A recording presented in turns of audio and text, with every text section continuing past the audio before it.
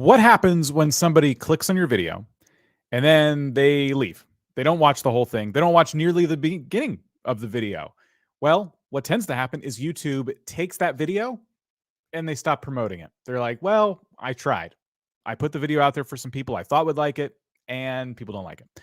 We are going to try and solve that problem today. We're going to talk about a lot of different aspects. Intros tend to come up quite a bit, but we're going to be talking about a lot of different aspects of videos themselves, how they're made, and what you can do to keep that from happening to you. Because if you can get people to watch your intro, if you can get people to stay throughout the entire video, or at least close to it, your videos will get pushed more on YouTube. And all you'll have to do is continue worrying about making really, really good content. I'm going to do this today with the help of Viper. How's it going? Hey, we back in the building. What's up, Dan? What's up, people? Glad to see you all here. Hopefully we'll have an awesome day of reviewing people's videos. I think so. And Jeff, how's it going? Hey, man. How's everybody doing? Good. All right, before we start, though, Dan, I saw a comment at the end of yesterday's stream. There are 3 people on the screen right now, but one of these is not like the other, Dan. So someone requested that you find a pair of shades. I thought it was going to be a shave my head comment. No, not quite. I'm getting to a point where I might have to.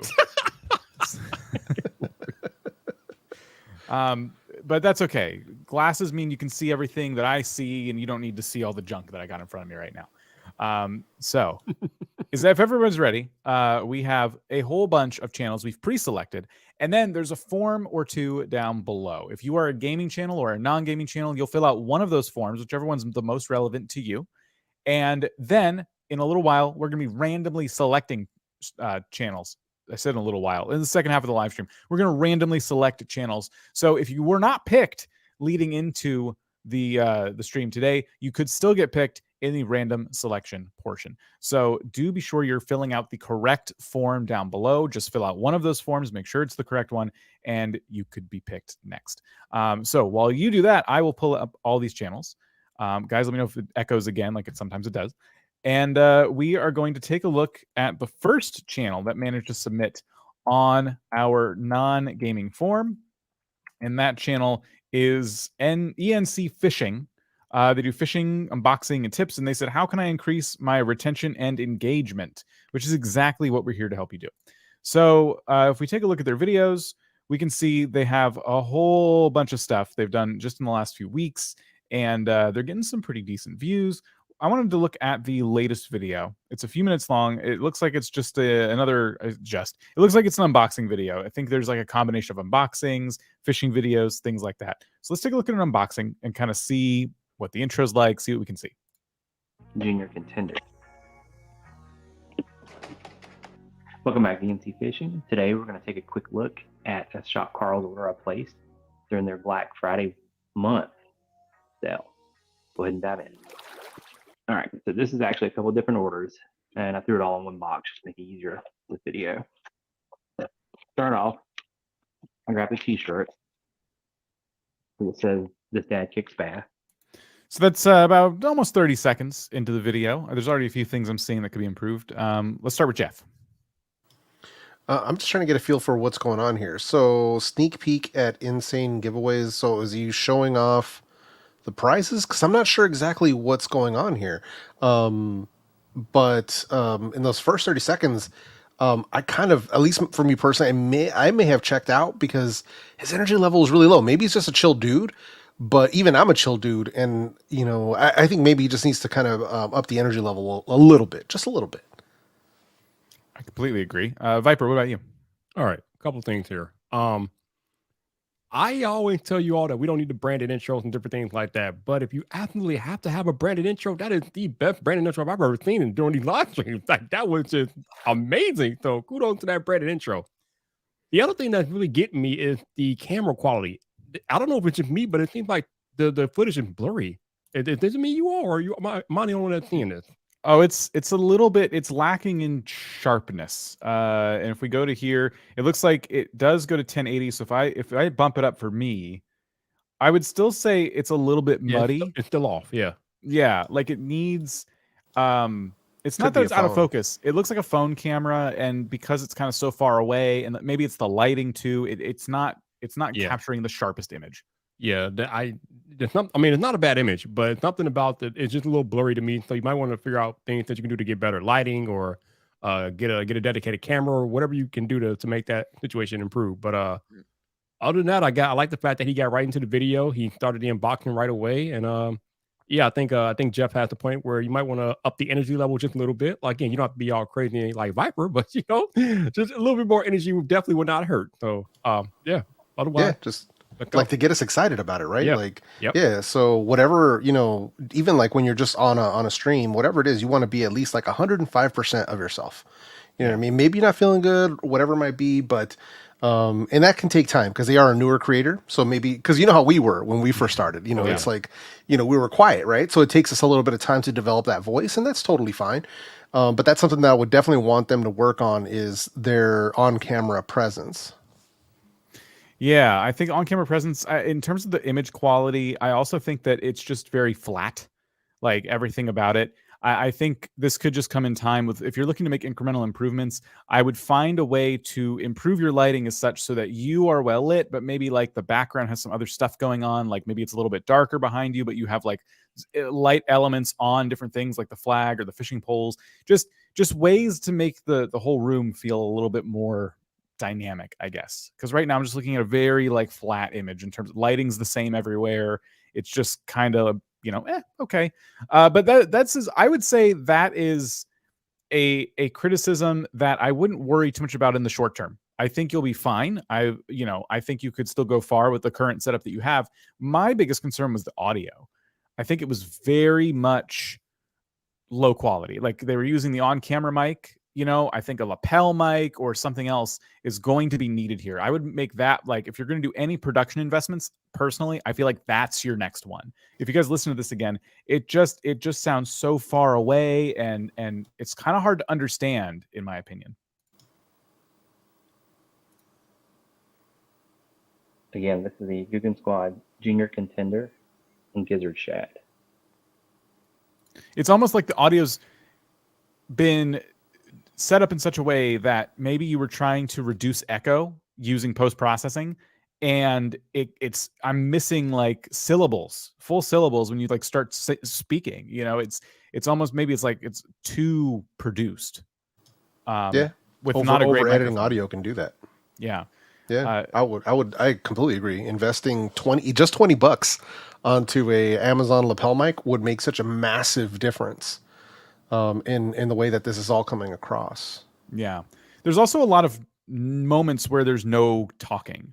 Like whenever you're going in to open the box and grab something else out, you seem to go silent. And there's two things you can do. You could practice a little bit, just trying to talk while you're moving, right? Like just like get better at like commentating your actions.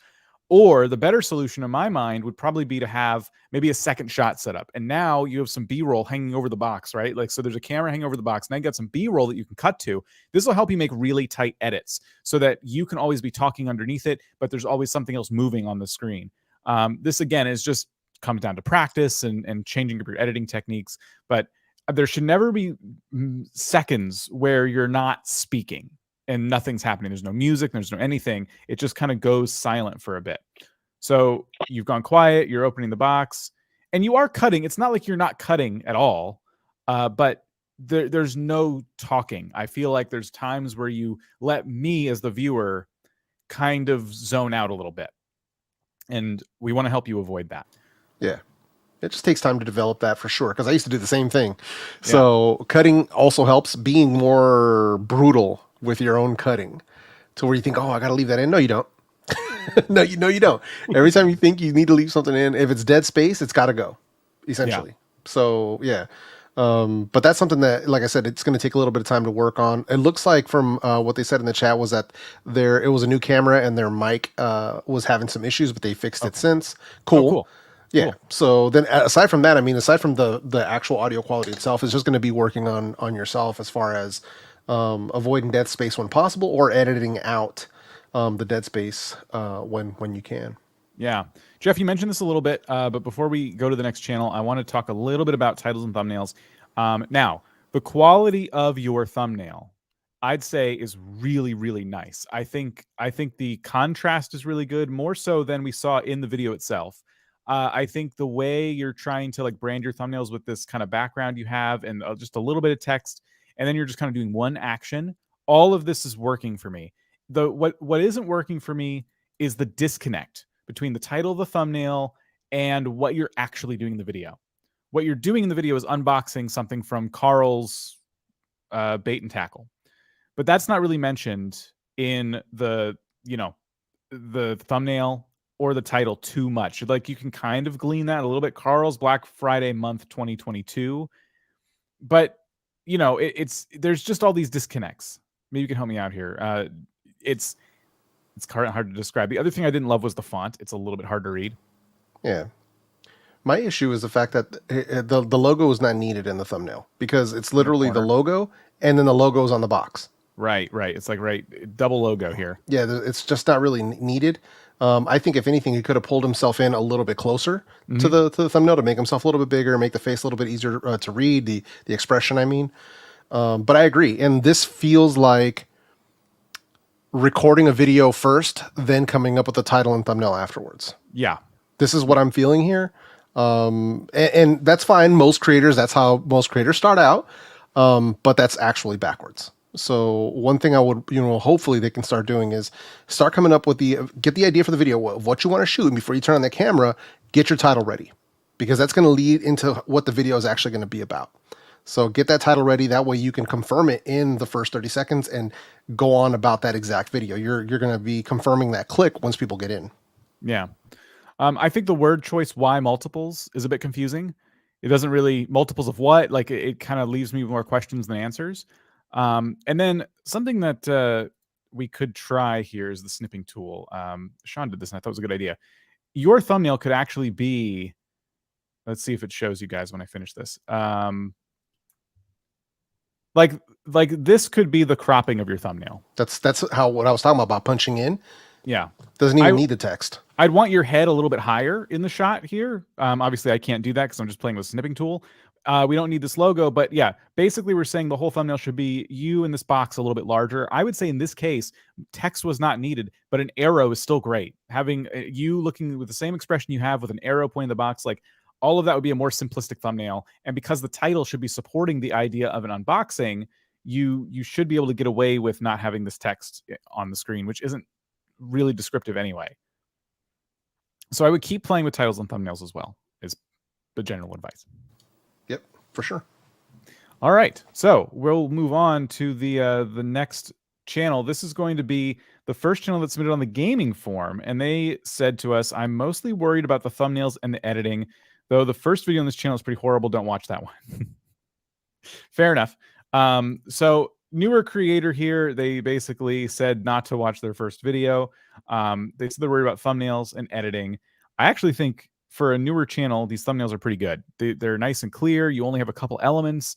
Let's watch the latest video and kind of see what we got. This weapon sucks. Okay, past me. Maybe because you're a dumb little child and you're using it wrong. So let's make sure you don't make this mistake. So the way this weapon works is when you press ZR, the weapon fires a little projectile. This projectile deals 55 damage. When this projectile lands, it explodes, dealing 35 damage to anyone who is in range. Now if you hit both, it deals 90 damage. As you could... So there's 30 seconds. The concept of the video is pretty simple. It's how to get better at using this specific weapon in Splatoon. Just for me, I'll start us off and say that I was a bit confused in the first couple of seconds. Because it's enough silence and the game audio is brought down to such a level where I kind of wonder if this is one of those videos on YouTube that's just somebody not commentating and just showing a clip, right? Like sometimes people will just upload clips and they won't commentate, they won't give any context. And there's enough of those videos out there that give me the hesitation to keep watching because I'm like, I think they just kind of uploaded this. But then you start talking, your audio is really clear, and then the point of the video starts to make sense. Your hook comes in. It just comes in a bit late. And I think it was not a great choice to have no talking at all. And it's so hard to tell what's going on. You know, maybe it helps that I don't play this game, so that's why it's hard for me to tell what's going on. But I can't really tell what's going on, and there's no one telling me what's going on. And then someone comes up out of nowhere and goes, "This weapon sucks." I'm like, oh, there's somebody here with me. So that's what I saw. Viper, what are you seeing? I'm the same as you, Dan. I'm confused. I'm confused because I know he got it in the title and the thumbnail, but he never verbally mentioned the weapon by name. Like, what weapon is this? How did you get the weapon? What did you have to do, or what do you have to do to get this particular weapon? Like, I'm missing context. So when he's going around the screen shooting things and he's talking about the weapon stuff, I'm like, okay, but what is it? Why? Like, what? Who? Where? What? When? Why? I'm missing context, yo. So I'm just missing that. Like, other than that, I mean, it's okay, but I need to know more information about the particular weapon. Like, I need to know the purpose of the video. Basically, why are we here? How did we get here? Yeah, I agree. And same thing. I agree with both of you. And Dan took the words out of my mouth. Was that the intro arrived too late? That was literally what I picked up on immediately. Was like, when did this intro start? Like 20 some odd seconds or something in. So I get showing the clip and kind of it, but it almost reminds me of an intro that a reaction channel would do, and that kind of doesn't fit the format for what is essentially a tutorial, because the video is called "How to Get Better." So, hey, do you suck at Explosure or whatever? Let me show you how to do this. And then, something like that would have been made more sense if it's going to be a tutorial video. So I want you to keep that in mind when you're doing that hook on a how-to video. The hook should be confirming that they're in the right place for what they're trying to learn. Yeah. So what's interesting about this is I think what they did is took like a clip from like a past live stream or something, because that audio of them from past me, right? That's them saying this weapon sucks. All you had to do was cut to that point. Like, we didn't need to see the silent bit before that. It should be you getting killed and then saying at the same moment, this weapon sucks. And then you zoom in on this right here in the middle. It's hard to see now, but it says splatted by burst bombs. So that's the confirmation from the game that you died. And people who are playing the game are going to relate to that. I know for your editing style, that's not too much work because you are killing it. Past this point, you got really good captions coming in, and there's a lot of different action on the screen. We got different, PNGs popping up left and right. I love this, the Switch controller and showing which button you push to actually like trigger the weapon. Very, very smart. So very, very, very capable YouTuber here. I think if you're worried about, getting people to stay in your videos, there's enough time at the beginning of that video for people to leave before they realize what you're actually trying to do. Because I've seen so many how-to videos that don't actually explain how to do anything. They just quietly do it and hope you're following along. And that's what I thought I was getting into. But that's not the case. So you kind of sold yourself short in the first few seconds. Despite that, 461 views from a channel with 3 videos and 58 subscribers. So you understand this audience really, really well. You understand the pain points, the things they're struggling with. And these videos, especially I think these two right here, are going to be evergreen. I think you're going to continue getting views from these two for a very long time. They're going to continue to bring in new viewers. And we want your 4th video and videos beyond that to start even tighter, to have even more of a strong hook. So people, continue to subscribe as you keep uploading videos. I like that you're playing with shorts already. Very, very, very strong start for a channel that literally did just start on YouTube a month ago. Like, really, really, really good job. Cool. We'll move on to the next channel we've pre-selected here. This is a non-gaming channel. They would like to know how to get higher views and retention. It is a Lego Star Wars channel. So they are covering Lego sets around Star Wars. And I'll admit, I got curious and watched the first few seconds of one of these before the stream started. So we'll start with Jeff. I'm just going to play this video for a sec. You tell me when to stop. And I think you're going to see what I see pretty quick. Hello everyone, welcome back to the channel, and today we're counting down the top 10 best Phantom Menace sets. I absolutely love Phantom Menace. It's one of my favorite Star Wars films, along with many others. And today, I've picked my 10 best sets. Now I'm going to whiz through these, and when making this list, it really occurred to me how undermade Phantom Menace was. There's so many sets we still need from Phantom Menace, and I really hope LEGO makes these in the future. Really, really quickly, this list is not going to contain any UCS sets. It just wouldn't be fair. These are custom sets only. So coming in the 10th spot, we have the 7665. You're muted, Jeff. We're at 40 seconds now, right? Oh, Yeah. God, no. All right. Funny. So I get their excitement and enthusiasm for the content that they're talking about, right? Yeah. And I want that to be kept just not right there. Just not right there. Yep. So when this video opens up, especially when it's a listicle, you know what it should have started with? Number 10. Got into number 10. And then if between number 10 and number 9, you want to give me a little context, you want to do a tiny little intro, whatever, you can do that, right? Or if you want to still maintain an intro at the very beginning where you don't start with number 10, you could say, hey, these are my top 10 Lego Star Wars sets from the Phantom Menace. Number 10. Like, get into it quick. It took 40 seconds. 40 seconds to get to the 10th. So that's too much time. And I get that you're enthusiastic, but those little tidbits that you threw in there about loving the Phantom Menace and the other stuff, all of that can be saved for in between number 10 and number 9, between number 9 and number 8, between number 8 and number 7. So you can throw stuff in between. You know, you can ask questions, calls to action, stuff like that. But get into the list as quickly as possible, man. Yeah. Someone, I saw a comment in chat said, where's the actual video? And that was my first instinct. It was the still screen, and we sat on the screen for almost the entire 40 seconds. There was no slow zoom on the screen. What I would recommend is I would love to see you on camera. If that's something you're considering doing, this is a great video for that. If you don't want to be on camera, that's okay. Where do you store your Legos? It's time to get your camera and take really crispy B-roll of your Lego sets. Stuff you can use while you're doing these moments of talking and explaining things to show all the cool stuff you've built, to show how much of a fanatic you are about this stuff. Like, get in there and take some really cool shots of your Legos.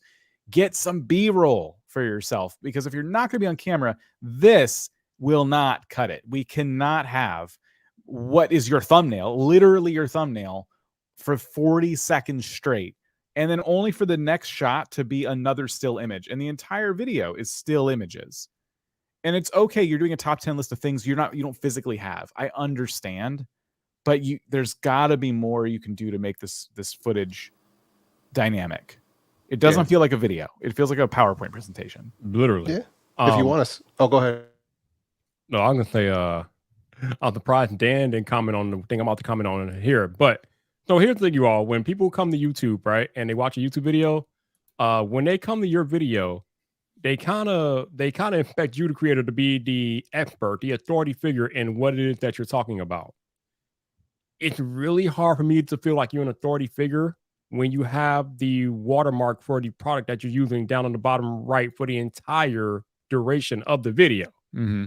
Now, I know you're a new creator and maybe you can't afford to pay for the full license, but at some point, as soon as humanly possible, I need you to get the money together and pay for the full license so we can lose the watermark, because it just ruins your authenticity, in my opinion. Now, maybe it's just me, but having that watermark down there, it ruins, it kind of, I don't want to say it ruins, but it really just messes with your authenticity about you being the authority figure and talking about this Lego set. So I need you to figure out how to get rid of that and pay for your software.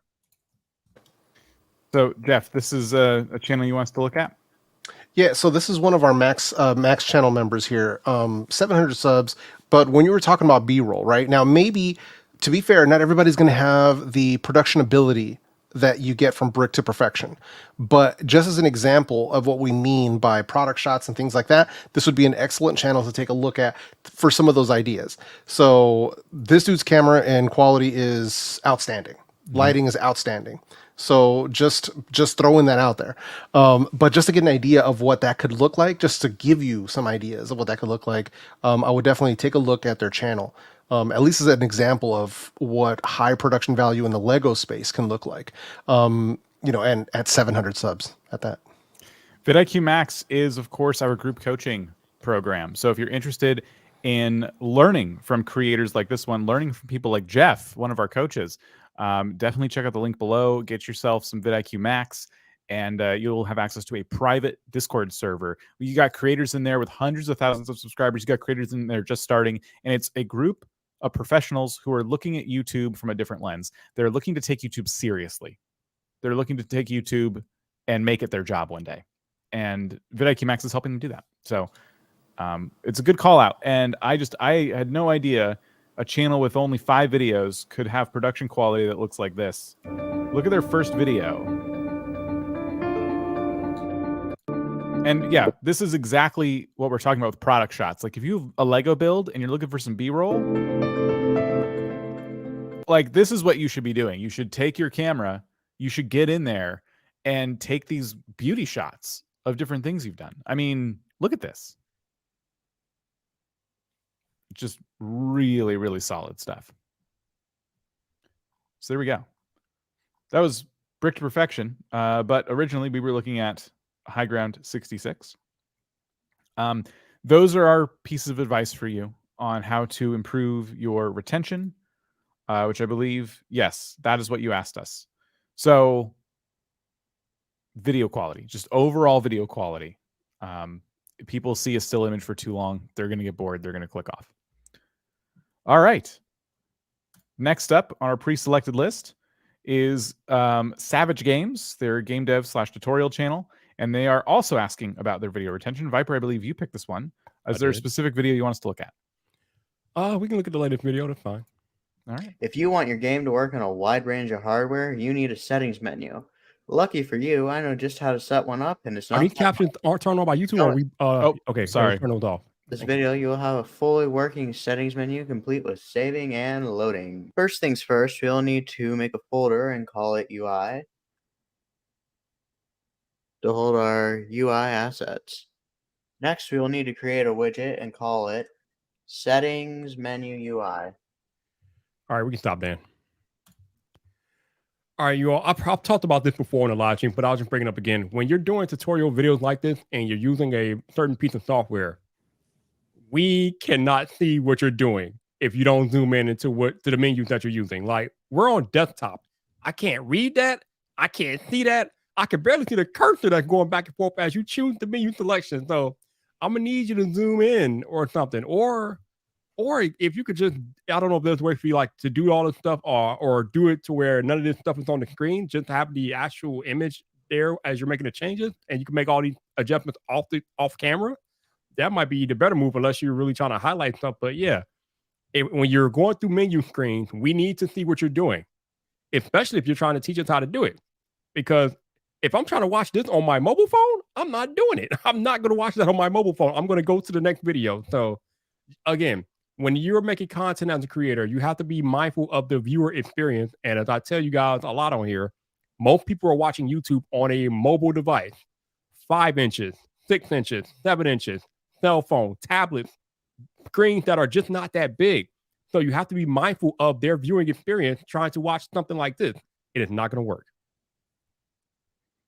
Yeah, I've definitely looked at tutorials like this for all kinds of things. Like if I want to learn how to animate something in After Effects, for example, I won't watch a tutorial where it stays this still because it is so hard. Like these programs are really in depth, and I'm already having like this is all in front of me. Presumably I'm trying to learn with this person teaching, right? So I have one screen with them.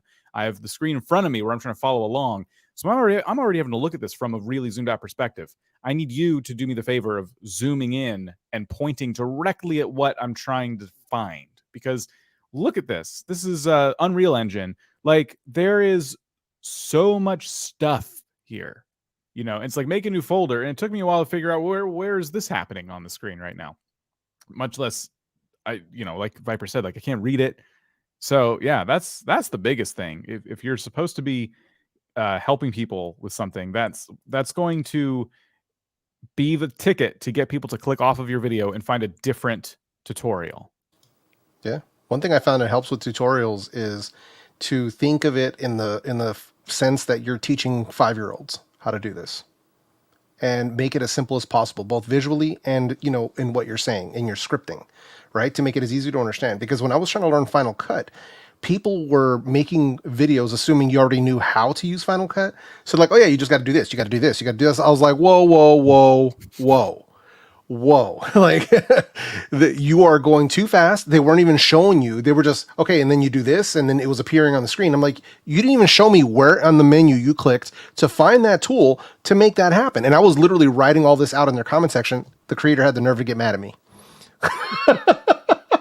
And I was like, listen, I'm just trying to help you help me. Because I'm sure, and then thankfully my comment got a bunch of likes because I was right. They were skipping steps. So, but that's the thing where we have to be careful. I'm not accusing this creator of skipping steps, but to make sure you're punching in, make it easy for the viewer to see what's going on, explain it very clearly, goes a long way. And viewer experience is extremely powerful. It's extremely powerful. That's one of the things you always have to remember. And Viper hit the nail on the head. It's got to make sense to the viewer. Mm-hmm. Yeah. For the types of videos you're doing, that's probably the best advice we can give you. It's honestly just that simple. Like, take the extra time in your editing to make this stuff clear. And then I would ask myself, does this need to be 18 minutes long? And you told me in the intro it's going to be quick and easy. Maybe you did it in real time so people can follow along. I don't know. It's not the longest tutorial ever. I'm not saying it's too long. I haven't watched it.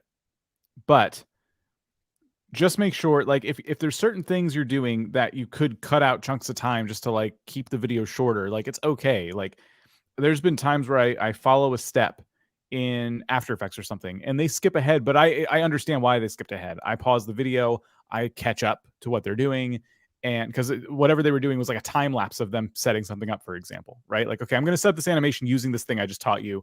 And then they presume you're going to take that concept and apply it to your thing, right?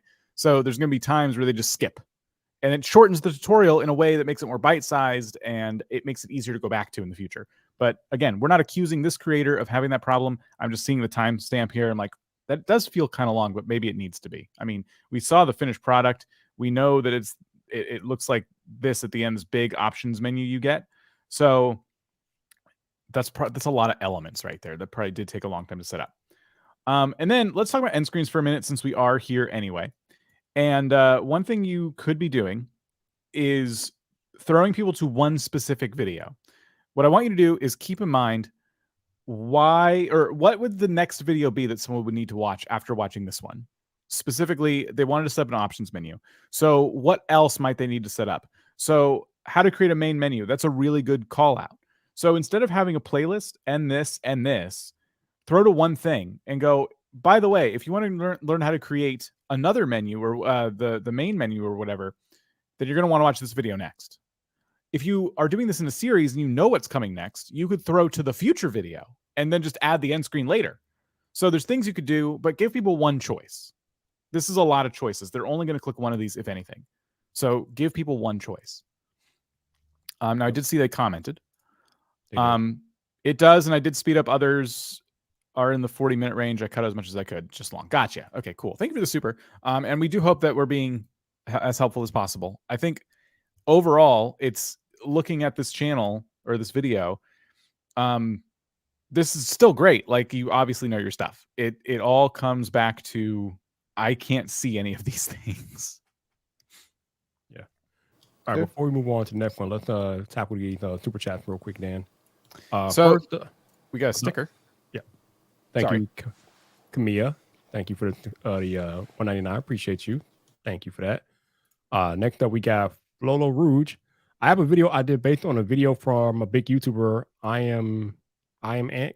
Comparably, is it a bad idea to propose the video idea if it fits my niche? I'm having trouble reading this. I'm guessing you're trying to say that you want to reach out to the bigger creator about an idea that you have for a collaboration. And I would say reach out. It's funny because I think sometime last year, me and Travis did a podcast about collaborating with other creators. But the thing, especially as a newer creator trying to reach out and work with a bigger creator, you have to make it as easy for that bigger creator as possible. You got to know what the idea is. You got to know what the execution is. You got to tell them what their part in it is going to be. If you can make it as easy for them as possible, you have a much better chance to have that creator say yes to your collaboration. But also keep in mind that bigger creators are very busy. They might not answer you immediately, and you have to be patient and follow up. But don't follow up to the point where bugging them. But if they don't answer you immediately, follow up. Reach out again, and then they continue to not answer you, then it's probably not going to work. But make it as easy for the bigger creator as possible to say yes to your collaboration, and I think you'll be on your way. Looking at this question, it could be that they're just looking at their ideas too. It could also mean collaboration, but just to cover all their bases here. So, because I'm reading it as they have an idea based around a big YouTuber, like they saw something a big YouTuber's doing. Oh, okay. They're wondering if they want to pursue the video if it fits their niche. Like, do Yeah, they want to hell pursue the yeah. same idea? Yeah, do that. Absolutely pursue it. Yeah, totally. It still applies. Now, mind you, Viper's advice is not wrong Right. at all. Yeah. So just to make that very, very clear. But yeah, if it's about an idea, then yeah, absolutely, absolutely. Especially because what you're thinking about here, subscriber size, as far as that goes, doesn't matter. The idea is, does it make sense to the audience that I'm targeting? And that's irrelevant of your subscriber size. You could have 1 subscriber or 1 million subscribers. If you're both targeting the same group of viewers, the idea still matters. So that's what it comes down to. Do those viewers care about that topic? And if the answer is yes, then hell yeah, you should do that. We did a video with Jake Thomas about not that long ago about titles, and he gives us advice a lot, but he basically tells people to go out and see what's working for other people, and it kind of comes down to setting up your title kind of similarly to how they did. And you could even do this outside of your niche. You could find inspiration from titles people are using for popular videos outside of your niche and take that same concept and apply it to your own content. But in this case, sir. the larger channel is probably starting a trend, and you want to get on that because their viewers are going to like it to the point where they probably want to find more videos like that one. And so if they can find more creators doing the thing that you're talking about, that's kind of what this larger creator is signing up for anyway. And in a lot of cases, the larger creators start trends like this because they want people to jump on them, because it all cycles back, right? Like they do something cool, you follow up with it. Everyone's videos are getting recommended to each other. So this really comes down to like the community of YouTube. Different niches have different communities. I would embrace this. This is not like your competition. You're not fighting them. They doing something and making it take off can only help you. If we're understanding the question correctly, it is kind of hard to read. Yeah. Next up on the list, we got a Sheeny Dog. $42 says post and bid at members only, then public ruin reach. Oh, So no. I think what they're asking is, if they post a video as a members only, will it ruin the reach of the video when it goes public? I don't think so. As far as I've seen, it hasn't done that. From what I've seen. So I don't think that's going to be an issue. I think what can ruin public reach is if the video isn't interesting to a wider audience outside of your members. Right. So if it's only a video that you created just essentially for your members, that's why I say don't make videos for your subscribers, make videos for new viewers. That could be what's hurting it. But just the mechanic of doing a premiere, the mechanic of uploading it as a members only and then going public, that's not going to hurt the reach of the video. Definitely. And last up, we have Sparkle Fire. Yo, Sparkle, listen to me very carefully, dude. We cannot be bribed, okay? We do not accept payment for reviews on this YouTube channel. We don't do that. If you want to have a chance to get your channel reviewed, we have a Google document in the description that you need to go down there and fill out. But make sure you fill out the appropriate form, because there's a gaming form and a non-gaming form. But you got to go down there, fill out the appropriate form, and then there's a chance that we will review your video or your channel depending on what day of the week it is. But we don't take super chat for reviews on this channel. We don't do that here. All right. Thank you for your supers. Appreciate you. We'll go back to checking out channels. And the next one is a non-gaming channel, and they are called Fit Food Fun Lifestyle. I hope I'm reading that in the correct cadence. They said they're having slow growth suggestions, channel focus issue. Now, I'll admit, I saw channel focus issue as one of their own suggestions, and I thought immediately, if you're asking, then probably yes. So looking at the channel, it does indeed seem to me, just on the surface, looking at the very first 4 thumbnails, like a channel focus issue, because you have this T-Rex video surviving in like the snow, a cooking barbecue disaster of some kind, anime exercises. So 2 fitness videos, then a barbecue video, then like a fun T-Rex in a costume video. So yes, to answer that question, which of these do you enjoy the most? And you should focus on that. Out of all these different types of things you're trying on your channel, looks like fitness. But let's look at if it is fitness, let's look at 7 things every man should know. Dan, before we do that though, you can potentially mix fitness and food. If it's food relating to how to get fit, or foods related to how to be more healthy, then you can do that. But make sure they make sense and they can connect with each other. Mm-hmm. Yeah, absolutely. In the spirit of Men's Health Month, let's do some manly things.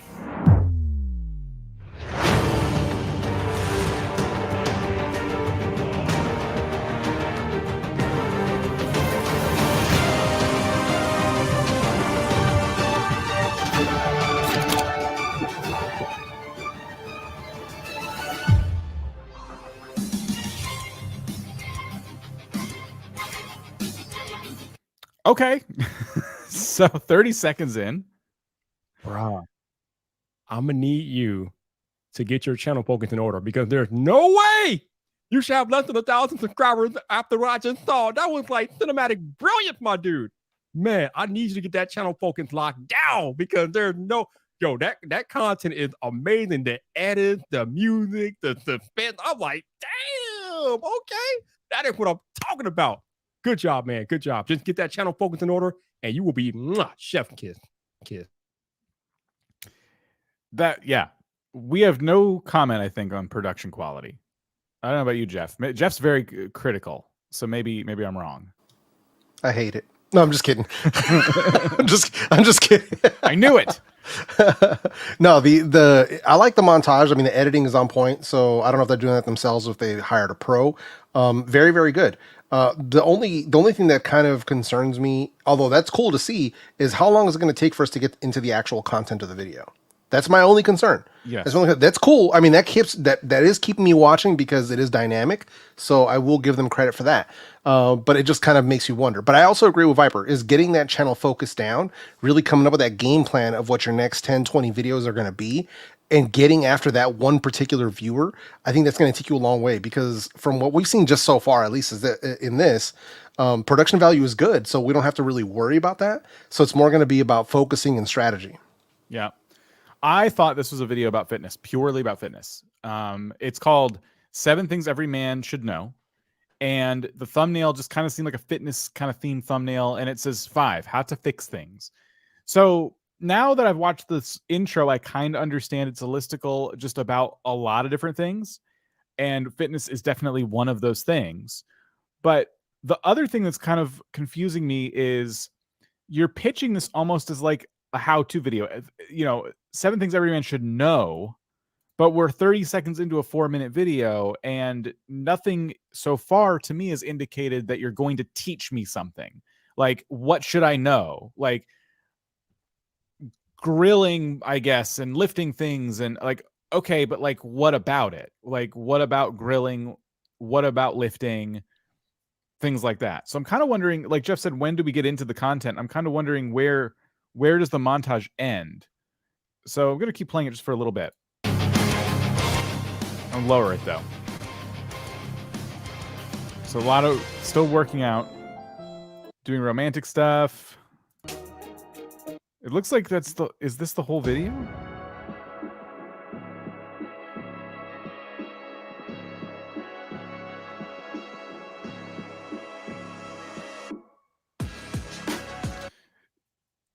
Okay. It kind of feels like they have 7 different videos and they took different scenes from each one and made like a montage video out of the 7 videos. Now I'm feeling like that's what happened.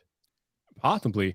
I wish you would have like numbered them 1 through 7 over. Also, let me just comment that if you are going to have the video titled 7 Things Every Man Should Know, then you probably shouldn't have number 5 in your thumbnail. Like the thumbnail and the title are disconnected for me. I know what you're trying to do because number 5 is part 5 of the 7 things that men need to know. But when the title says 7 and the thumbnail says 5, it don't jive, man. So I'm gonna need you to like just take the 5 out of the thumbnail, or if the number, or make sure the number in the thumbnail matches the number in the title. If that's what you're gonna do. But yeah, that's a little off-putting for me. Yeah. So I think that's what's getting me. You can make montages like this. I think it looks cool. We like the music, we like the edits. It just is pitched the wrong way. That's my feeling. I kind of want to look at one more specific, cooking a full meal using only a flamethrower. This seems like an interesting like challenge video concept. So let's just see a little bit of this one. It's the apocalypse. Everything you know, everyone you love, dead. All you have to cook with is this flamethrower. Would this actually work? Let's find out.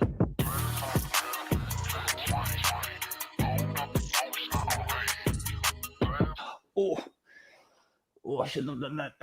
It blew my groin. All right, we're gonna keep the meal super simple today. Chicken, rice, veggies, eggs and bacon. Okay, so everything's paying off with this one. Yeah, agreed. Yeah, the click is definitely paying off. Cooking a full meal only using a flamethrower. Thumbnails paying off. Titles paying off.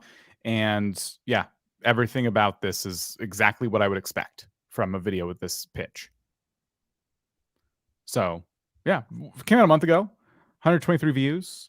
I'm not saying that it won't continue to get views, but this is where the channel focus kind of comes in, right? Like this video, wildly different from this video. You know, these anime exercises are impossible to do.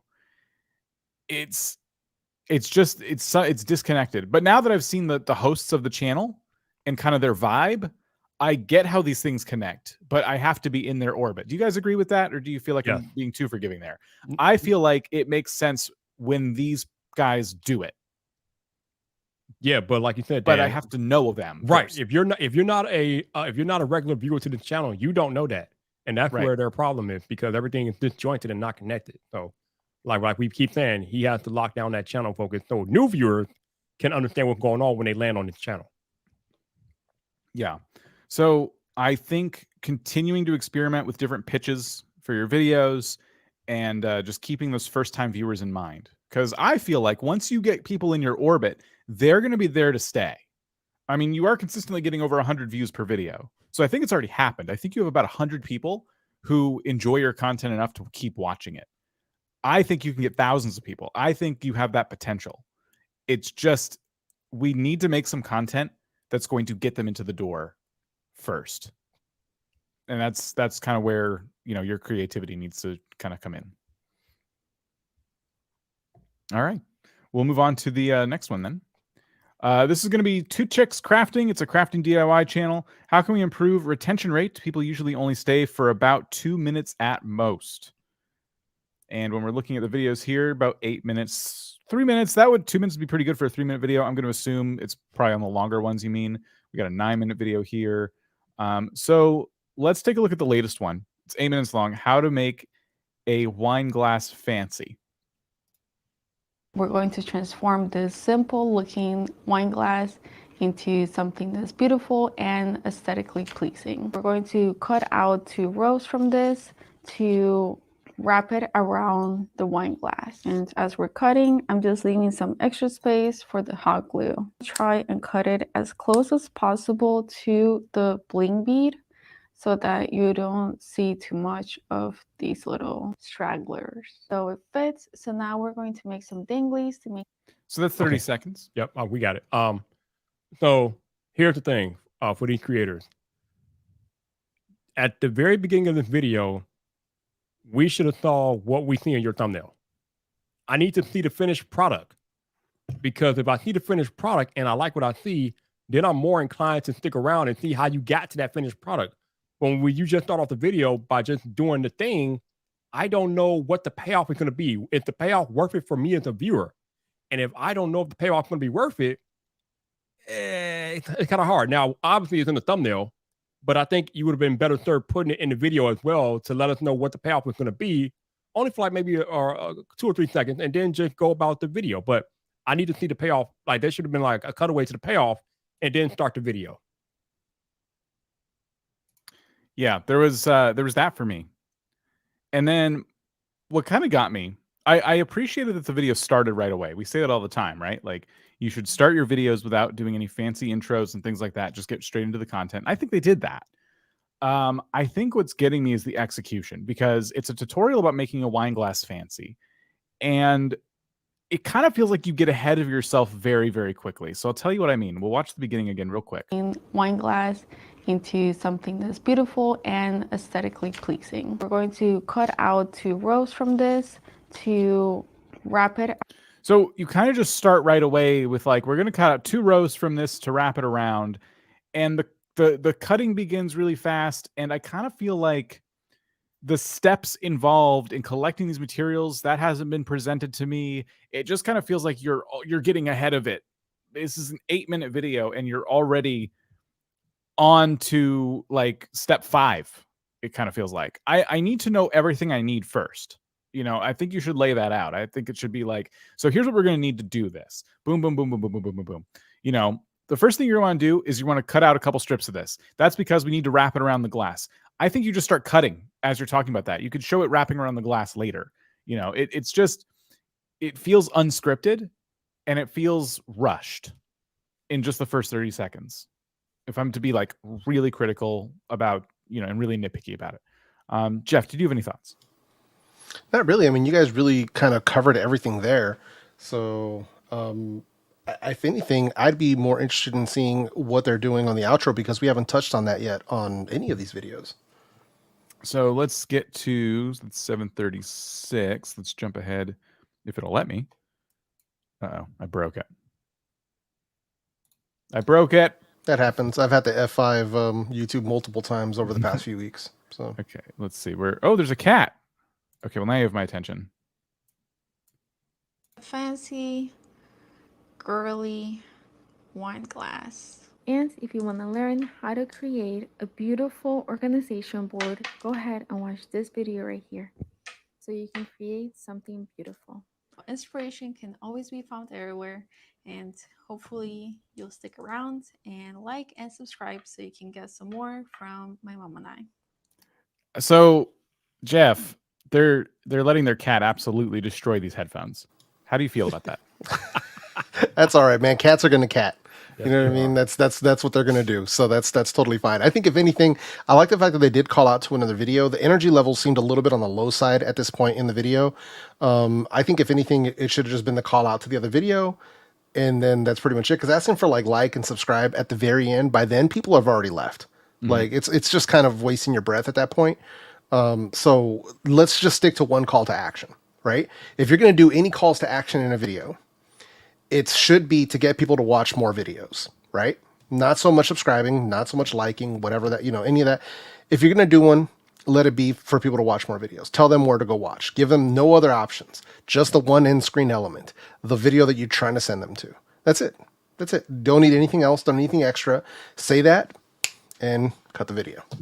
Also, I don't know if it was maybe the material of the glass that she was using or whatnot. And this is very nitpicky, but people will pick up on it. If I picked up on it, the glass seems like might be a little bit dirty. I don't know, but people are particular about that type of stuff. So if you are making a video using certain material, make sure they are clean as you can possibly get them, because people will point that out if they're not clean. One thing I was going to say to that point was just the amount we're zoomed in on this.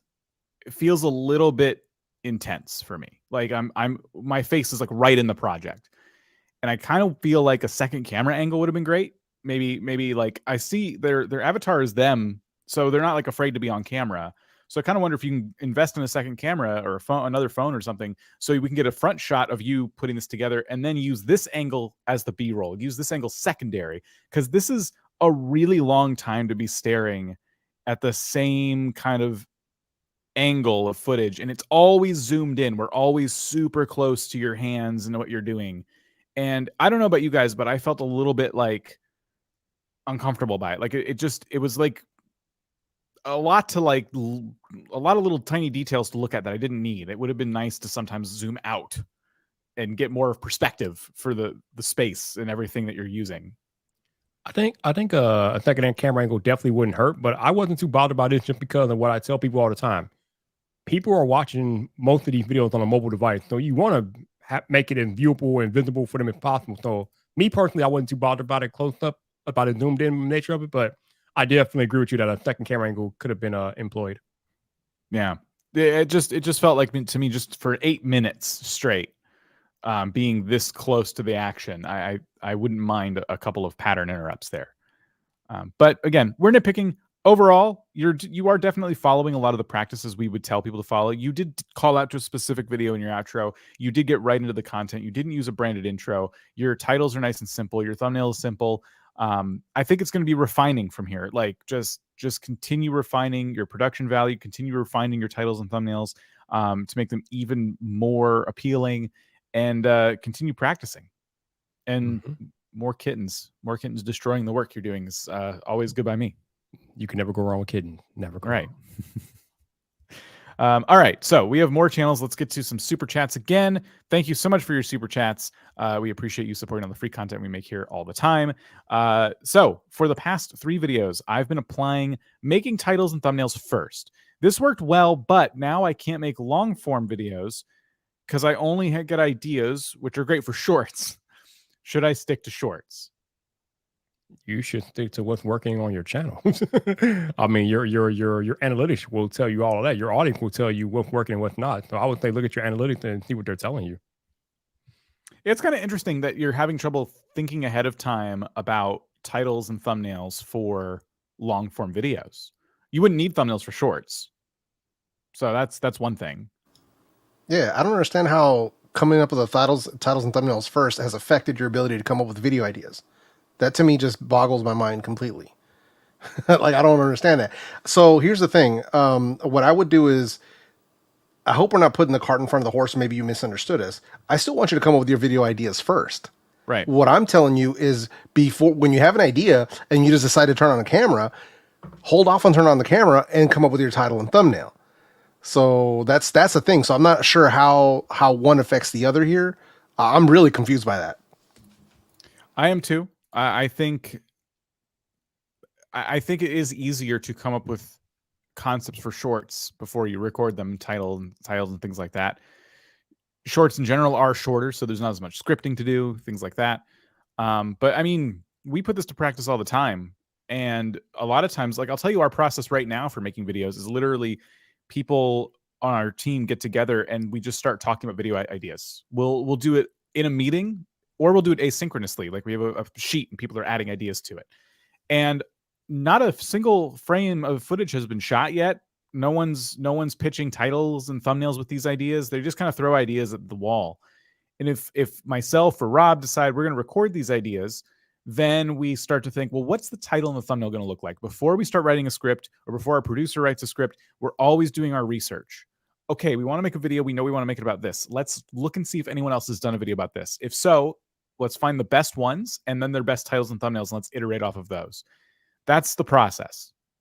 And the reason we give this advice is so that you sit down in front of your camera knowing exactly what the person who's going to watch the video later saw when they clicked on it, right? So if you see a title and thumbnail about how to make a DIY wine glass, you're going to have a certain expectation. So if you are going to make a DIY wine glass and you know the expectation that viewers are going to have because you already know what the thumbnail looks like, you already know what the title is, you can support that. You can start your video by, understanding that people clicked for a certain thing. It's partly mindset. That's part of the strategy, is just getting you in the right mindset. All right. We have a super sticker here. Thank you so much from Donk's Cat. Carbon Cash would like to get their retention up, and my advice to you would be to take some notes. That is what today is all about, is helping people get their retention up, get people not to click away from their videos. So take some notes on these channels. Take them notes. Sadie says, I have a channel that is vlogs and dogs. I want to move my vlogs to a second channel. Oh, okay, I thought it was vlogs about dogs, but no, it's two separate things. Vlogs, dogs. You want to move the vlogs to a second channel. I'm not monetized yet, and the vlogs do add to watch hours. When should I delete the vlogs from my main channel? First off, we don't delete anything. We don't do that. If you're going to do that, you're going to unlist the videos. You're not going to delete them, because once you delete them, you lose the watch hours and all the information, all the analytics. So you don't want to do that. As far as when, I think when you're consistently getting view from the dog content, then I guess that will be the point where you would consider unlisting the vlog content. There's no wrong time, really. I mean, if you kind of have a plan already, you're going to start this new channel. If you're uploading the same vlog videos to this new vlog channel, you should definitely not have them in two places. I would definitely be unlisting them from the main channel or the dog channel if you're using the same exact content, right? If you're just going off and making new vlogs, then the stakes are kind of low here. I wouldn't overthink this, I just think it's very brave to start two channels that are so vastly different. That's a lot of work. So I hope that you have like the time to put the right amount of focus into each one, so that you can get them both to grow like you want to. But that's the biggest thing about starting a second channel. We recommend it for covering multiple topics, but we don't recommend it from the sense that, excuse me, it helps to focus on one thing. If you want to grow a successful business on YouTube, it's better to just kind of like put all of your attention on one project, that project being your channel. All right, real quick, somebody in the chat said unlisted videos does not count towards watch hours. No, they don't. But they also, what happens is that when you unlist the video, you don't lose the watch hours that those videos accumulate. If you delete or private the video, those watch hours go bye-bye. They gone. YouTube takes them out of there. So that's why we tell you guys not to delete or private videos, unlist them, because then you still retain that data. You retain those watch hours. Yes, they don't accumulate new watch hours because they're unlisted, but you don't lose the watch hours that they have previously accumulated either. So unlisted videos, do not delete. Should the YouTuber keep the content the same for their YouTube channel, or is it wise for the person to place mixed content to increase views/subscribers? So what I think what they're asking here is if they should have mixed content on their channel. And the answer to that question that usually comes from us is no, especially if the content is vastly different. So that's the problem. Because basically what's happening here is you're trying to feed YouTube these two different things. You're going after two different audiences. And every time you upload a video about topic A, and then your next video is about topic B, YouTube's going to try to show this topic B video to the topic A people who aren't interested. So it's just not going to work in your favor. So if you want to talk about topic B, make a separate channel. Yeah. And then we have one here. Thank you all for your supers, by the way. I really need some advice. I do coverage of soccer team, a soccer team, I assume, and I haven't seen much advice about those types of videos. Can you help me, please?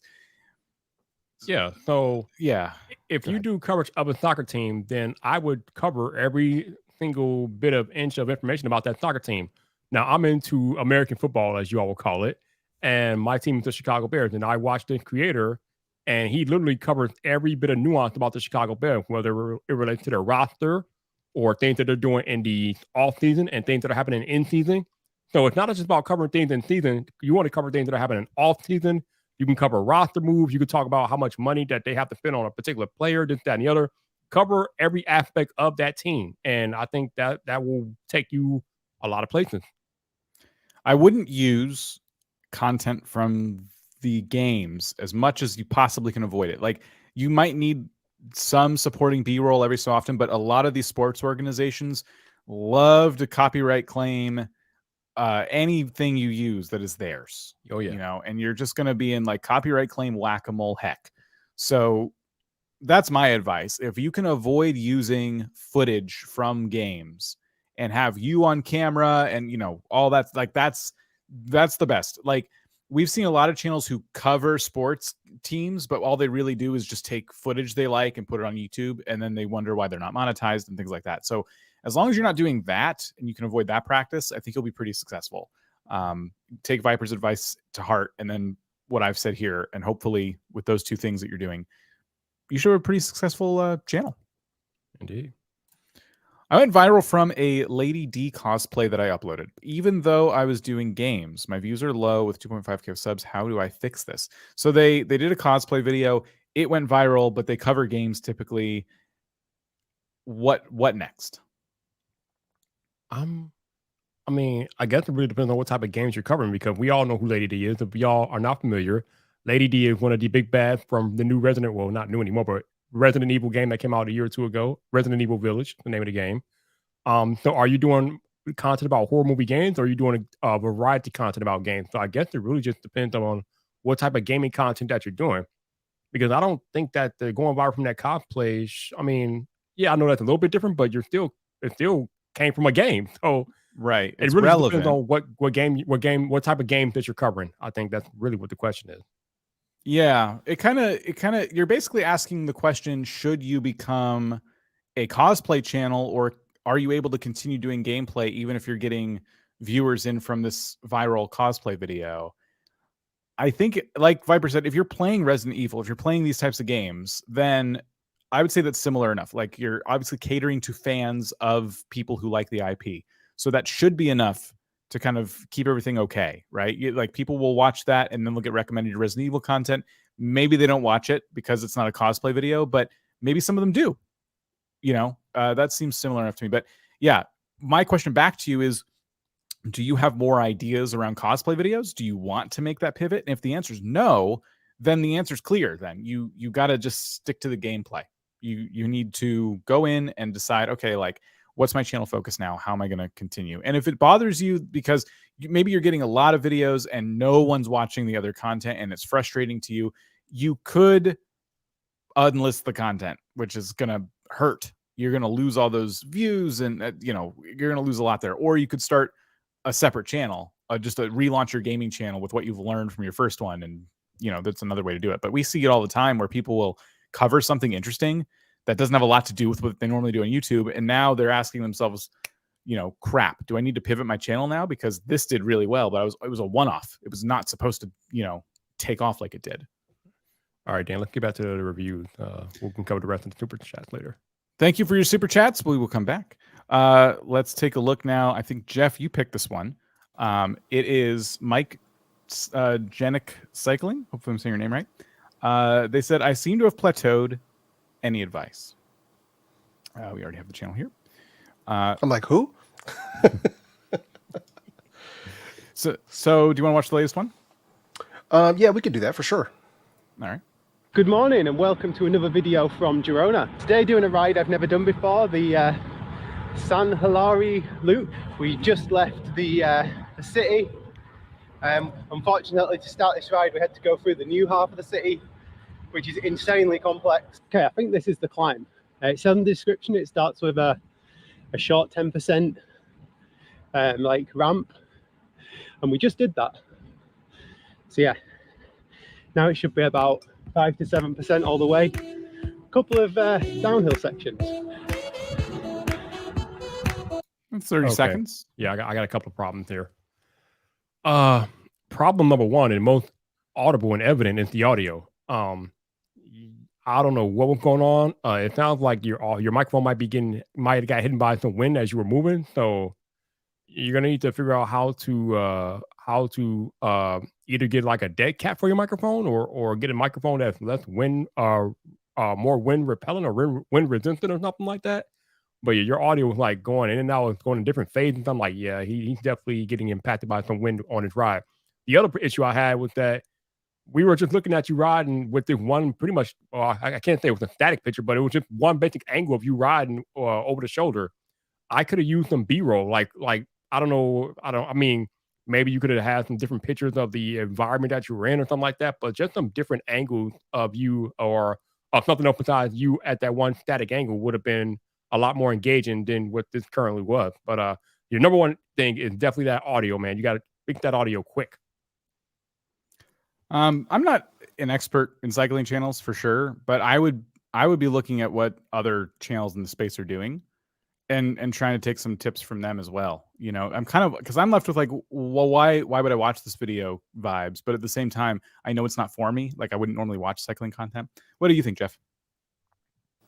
Yeah, I mean, myself, I'm not a cycling guy. That's not what I do. But there was some other stuff going on with this channel. That was one of the reasons why I had chosen them. But I agree. And it's going to be tough because getting sound, to sound good while cycling, that's going to be a challenge. There's kind of almost no way around that. So that's something that may have to be kind of rethought, or, I mean, it could be an improvement on a microphone. For sure that could help. But also, even if they're going to do it while riding, which is already a challenge in and of itself, a hook could help. Like, what are we doing? What are we going to get out of this? What is the goal of this ride? Like, what's going on? Or is it just a scenic thing? Just trying to figure that part of it out. And then I also agree with Viper, and it makes it tougher. But one of the things that vloggers do is, they shoot B-roll. Whether they'll ride ahead. They'll put a camera down, they'll ride by it, they'll ride back, get the camera, and they'll do stuff like that. And, I've heard them talk about, like, I remember watching a vlogger kind of showing like a behind the scenes on how, like if they're going to do an hour walk, it takes them almost 2 hours because they have to set up these shots and do it. But it takes longer, and I get it. But that's what makes the difference between, a vlogger that's doing it big, getting huge views because they're worried about the viewer's experience, and the ones who are just kind of shooting it as they go, but not really thinking about how is this going to look to the person watching this on the screen. Yeah, that's be kind of funny to have to like do your ride twice basically, because you have to keep setting up cameras, riding back. But yeah, it was reminding me of like when Ryan Trahan did the Penny series, which we talked a little bit about yesterday. He showed some of that process in some of those videos. He literally had his camera set up and he would walk by it, and then the shot would stay there for a second and you'd hear him run back and go, I need this. And he'd grab the camera just to break the fourth wall a little bit, you know? So that's literally how they all do it. That's, if you ever see someone who's doing a vlog and you see them get in the car and drive away, just know the next thing that happened in their life is they had to stop the car, get out and get their camera. You know, that's pretty funny. What else did you see on their channel though, Jeff? You said you picked them for another reason. So, because the question was that they felt like they had plateaued, right? So when you go to videos and you go to popular, it becomes pretty clear to see here what's going on. So what they're doing here is they're trying to have an all-encompassing cycling channel, but the videos that really popped off for them were reviews around bikes, around cycling products, and that sort of stuff. And they do have a playlist on their like reviews and stuff, and that's the stuff that really took off. Right. But their other videos are just not performing as well. And that's sort of the issue. Is I think what would have worked much better on this channel would have been reviewing the products that you use as a cyclist. And then if you wanted to run sort of these like cycling vlogs and stuff like that, that would have been a different channel. Theoretically, they should work on the same channel, but in actuality, what we see here is exactly what we're talking about. Go ahead. Go ahead. I was gonna say, I wonder if they could work on the same channel. It's just the way you frame it. So instead of this video, it's no longer about the location. It's about the equipment you're using to go there. Yep. You know, so it would be a lot less footage of you sitting on the bike and talking, but it'd be that B-roll stuff we were talking about. So it would be you pulling up with your car and you got your bike and you're like, so today we're riding this, and you give a lot of details about the bike. And then, you know, the rest of the video, you're setting up shots just to get your B-roll, because it's the video about the bike, right? But you're just getting B-roll shots now of you doing the ride. This, for you, it's all one day, right? You got to a destination, you got your equipment, you're going to do a ride.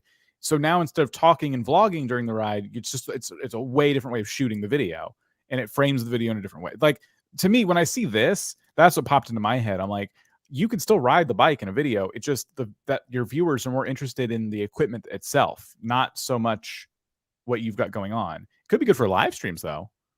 I mean, if you have enough signal, you could live stream from the bike, and that could be another way to do this. Sorry, I didn't mean to jump on you there, Jeff. Something that popped in my head.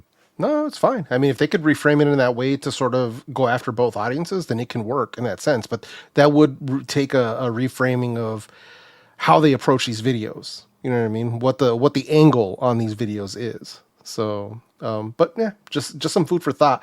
But that's sort of what's going on here when they say they plateaued. I think it's because these types of videos are just not resonating with the types of videos that really brought a lot of people to their channel. Yeah. Cool. All right. Now, this next channel was picked a little bit differently. So Viper, tell us about Mobile Games Network.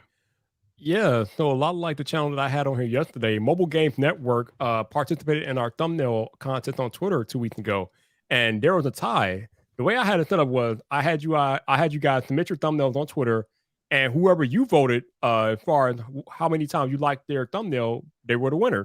Well, there was a tie between two of them. So Mobile Games Network was the other thumbnail who won 2 weeks ago. And I told you guys, I let the winner pick whether they want a channel review or a video review. Mobile Games Network chose a video review. So we're going to watch one of their videos to see what we see here. All right.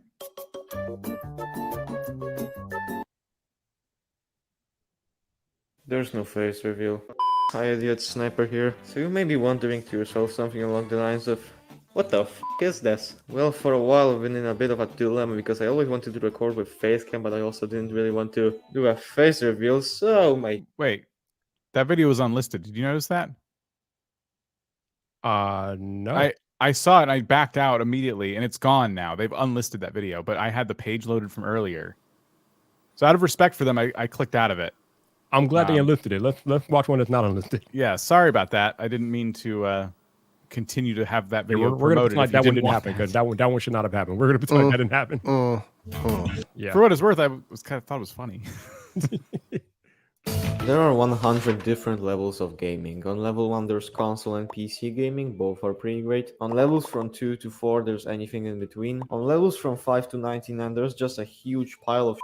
And then there's mobile gaming. Okay, it's not as bad as that, but it's fair to say that mobile gaming is the most hated type of gaming. It's easy to see why. Mobile gaming has a lot of issues which can make portable video gaming, as some may say, a big pain in the ass. Now don't get us wrong, we love the convenience of being able to play our favorite games on the go, but with things like intrusive advertisements, games that were probably 30 seconds. All right.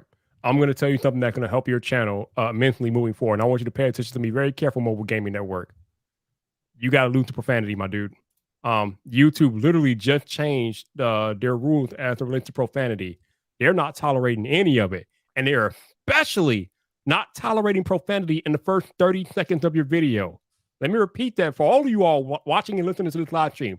YouTube is not tolerating profanity in the first 30 seconds of your video, period. I don't care if it's a hard curse word, a soft curse word, it doesn't matter. They do not care. Get rid of it. You don't need it. I mean, I know we all have our different personalities and we say things and we talk differently and things like that, but you cannot do that stuff in the first 30 seconds. I would say if you can avoid it at all, but especially in the first 30 seconds of your video when YouTube is hyper analyzing the content.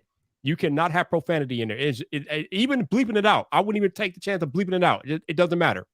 If you want to be monetized, that's what? Yeah. If you want to be monetized. If you want to be monetized, yes. They will demonetize that stuff. Yes. Profanity means cursing. Yes. That's you all know what I mean. Cursing, swear words, bad words. Don't do it in the first 30 seconds. Other than that, yeah. I thought the intro was pretty solid, to be honest with you. Like, I loved how he went through the different shots, talk about how mobile gaming wasn't sucked or whatever. I thought it was the actual intro part of the video was well done, but we got to get rid of the profanity in the first 30 seconds because YouTube will slam you down. Yeah, it could affect, I mean, in the end, it might even affect reach, but for the most part, I've seen what it looks like on the back end of channels with like CPM and RPM rates for monetized channels when they curse and when they don't curse. And this is before the new rules around profanity, right? The difference was huge difference in how much they would get paid per view based on whether they were cursing or not. And it could have been just one curse word. So now they're even more vigilant about that. So if you care about that stuff, then that's something to keep in mind. So I'm just doubling down on what Viper said here. But secondarily, the hook, I like it. I would just leave the profanity out. It's just not needed. It's really strong. Like the editing on this channel is really, really strong. We got over 36. I didn't want to turn it off. Like, I want to know what they have to say about mobile games. I personally don't like mobile games, at least most of them. So I'm like, it's resonating with me. And they're a mobile game channel. Like, you have a mobile game creator talking trash about mobile games, and I'm listening. I am like, I'm here for it. So I think what got me is the title and the thumbnail. The bad of mobile gaming, garbage on the go. I get where you're coming from. I don't like this setup for a title. Why mobile gaming sucks would be like a more direct to the point title. Why everybody hates mobile gaming. You know, just something really, really direct. The bad of mobile gaming makes me think a little bit too hard in a silly way. It's just kind of like the bad what? You know, like it takes me a minute to realize like how you're framing that sentence. And you just want to be crystal clear. You also don't need to repeat that in the thumbnail, the bad of mobile gaming. It doesn't, you already put it in the title. I would have put the good, the bad. And on the good side, it's like a big fat 0 or something, or there's like an empty list. Somehow demonstrate like an empty list. And on the bad side, it's like all of it, right? So good and bad. That's how you demonstrate the bad of mobile gaming. You're basically in the thumbnail saying something inflammatory like there's 0 good mobile games. It's funny. And it's relatable. Anyone who agrees with that statement is watching the video. They'll be like, yes, I agree with this. And then hopefully later in the video, you explain that there's actually some good mobile games and blah, blah, blah, blah, blah. But I think the pitch of the video is what's holding this back. I think the video we accidentally saw a little while ago, the pitch was holding you back. It's all about the pitch of the video in your case, because your editing is sharp. Your audio's good. That's what's doing it for me. And yes, you all, even bleep profanity should be gone. Again, the algorithm knows what's going on when you bleep it out. The algorithm's not dumb. The robot's not stupid. The robot will pick up on it and act accordingly. So I would say eliminate it completely. We did talk about this in a recent-ish video. If you want to know more about what Viper's talking about, it's this video right here. It's called "This YouTube Update May Demonetize Your Videos." That thumbnail. Oh, I love that thumbnail. Yeah. So yes, if you want to learn more about that, look for that video from us. I can go ahead and grab a link right now. It's like amazing how many awesome, helpful videos there are on this channel. I know. What a waste of time. Why am I even bothering? You know, sometimes they'll ask questions and I'm like, you know, we've got like 18 videos on that exact question you're asking about, right? So, but yeah, it's one of those things, man. But yeah, you know, this is YouTube's house, and this is something we have to remember. They make the rules. They provide us with free hosting so that we can upload our videos freely to their platform. If they change rules, it's their house. Yeah. So we have to abide by those rules. But I mean, it is what it is. Some people want to continue cursing, totally fine. I always say just like this: as long as you're okay with having to find alternative means of monetizing your content, then by all means, do what you want to do. So, but just keep that in mind. It's about brands at the end of the day. They're only doing it because advertisers do not want to monetize content that they feel goes counter to the, brand. And the fact that they did it just means we avoid a big ad apocalypse. The way they did it can be debated until you're blue in the face, and I get it. But the at the crux of it is the fact that, we're beholden to the advertisers. That's how YouTube works. So that's it. We're out of videos, which means we're going to the random selection now. If you've been submitting on the forums down below, we are going to start picking your channels at random. So get ready. Yes. Hey, Dan, I was hyping it up. Can I have a word real quick before we... But I was hyping it up. I was so excited to hit the button. I thought you would hit the button. I was gonna. But you told me not to, and now we all have to wait. Okay. Real quick though. We come on these live streams every week and we give you guys advice that hopefully you can use to take action and make your channel better. I just want to let you guys know that whatever you hear from me or see from me on here or Twitter, you 100% do not have to listen to me. My feelings will not be hurt, okay? You all can take my advice and have it go in one ear and out the other, and I'm going to sleep good at night. All I'm trying to do is help you win. If you don't agree with something I say, that's cool. If you look at your analytics and it doesn't align with what I'm telling you, then by all means, look at your analytics. Like, don't listen to Viper. Look at your analytics and see what your analytics are telling you. Because in the end, what your analytics are telling you is much more important than what Viper or vidIQ is going to tell you. Ultimately, you know your channel better than we do. But we look at a lot of channels on a weekly basis, and we have a good idea of what works and doesn't work on this platform. This very channel that you're on right now has over 1 million subscribers. So clearly, we have an idea of what works and doesn't work. But again, ultimately, you are the creator. You are the CEO of your channel. So you have to make that final decision that works best for your channel. And it might not always align with what I say or Dan says or Jeff says, and that's fine. It's cool. So I just want to put that out there. Because I know sometimes I put things on Twitter. I put something on there yesterday about not putting the episode numbers in the thumbnail, and like some of y'all didn't agree. Fine. Okay. Do what you got to do. Do what's best for your channel. But we're giving you stuff that we've seen and play. And usually when I say something, I'm telling you what I'm seeing from a viewer perspective. It's not Viper the creator that's telling you this. Viper the viewer is telling you what I see and what works and doesn't work from a viewer perspective. So that's all I want to say about that. Let's rock. It's good because there's going to be a lot more stuff we're going to say that you may or may not disagree with, because now it's this.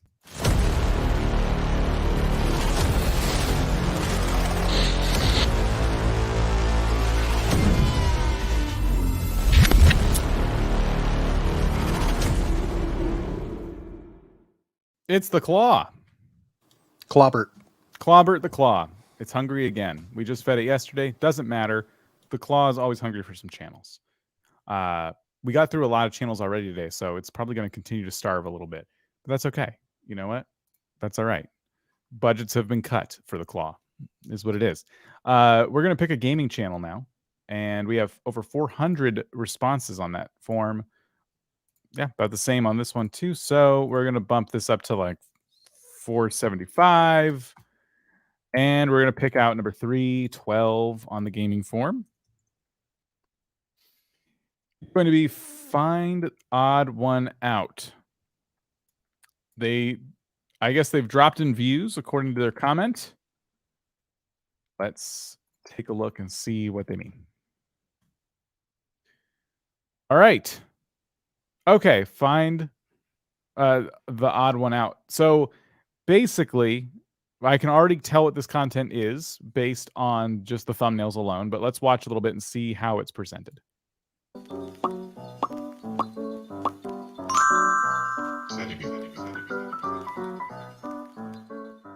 Okay, let's go. Before getting into the video, please subscribe to a channel for more exciting puzzles.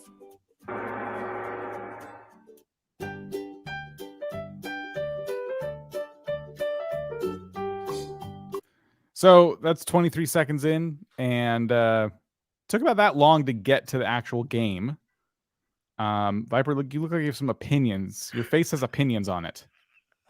No, I have never seen a YouTuber use the TikTok AI voice, yo. They just use the TikTok voice. No way. I have never heard the TikTok voice used on YouTube. That is some savage stuff right there.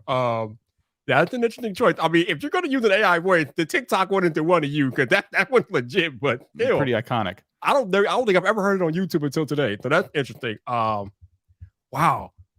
But yeah, this is a different type of content. Yeah, I get proposed to find the odd emoji out.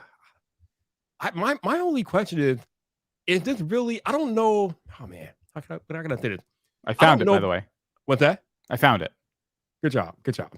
I don't know if this content is really something that could work on YouTube. That's what I'm really trying to say. Because this is the type of content that requires a lot of work on the viewer's end. And I tell you guys all the time, the more you make the viewer work, the less stuff for your channel is going to be. So maybe Jeff Dan hop in there on this one, but I just feel like this content requires the viewer to do a lot of work. I mean, I've seen game show content like this before. I don't get exactly who it's for. Like, I feel like if you're going to play games like this with your friends, you're probably going to get like Jackbox games or something, and because it's so accessible, right? Like, I don't know. I just don't know how many. Maybe there's a market for this. Maybe there's a couple channels that are just dominating it. I don't really understand the space. So I don't know. The thing I would say they're doing wrong is the begging for subscribers at the beginning. Like, if someone clicked on this and they're wanting to sit down and play a game like this right now, get into the game. Like, don't waste their time. Ask at the end of the video, if anything. But yeah, I wouldn't make it all about the subscribers. Like, play the game. There's a timer. There's, so this is how I would expect it to be once I actually get into the content. But end of the day, if you want advice for how to grow this type of channel, look at the other channels that are doing it better, that have more views, that you're modeling this after.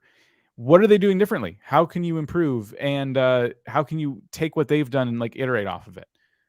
Maybe there's trends in the space somehow that you can jump on. But I also see this as, and this is going to sound a little harsh because it's not what they might want to hear, but I kind of feel like this is pretty low barrier to entry content.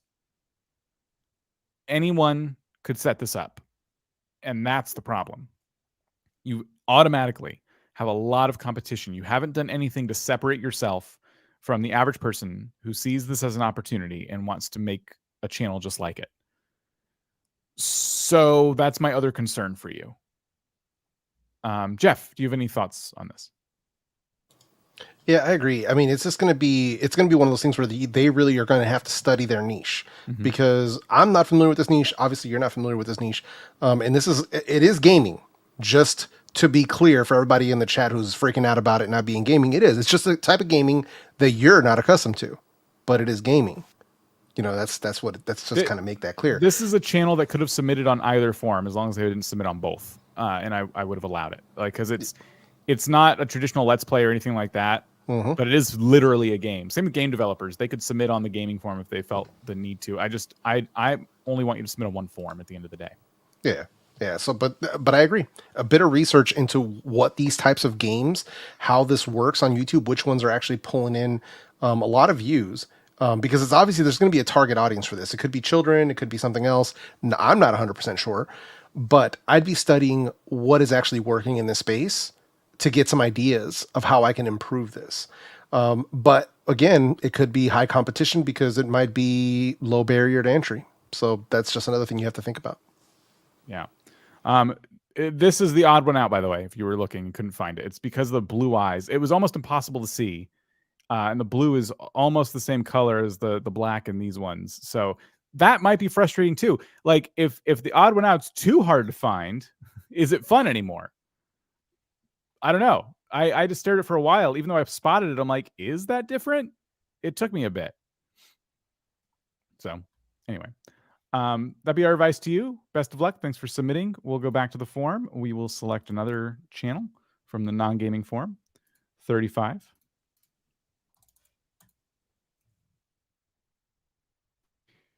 All right. VLOGNOSIS. What am I doing wrong? After 5 years of effort, the channel hasn't really gone anywhere. Oops.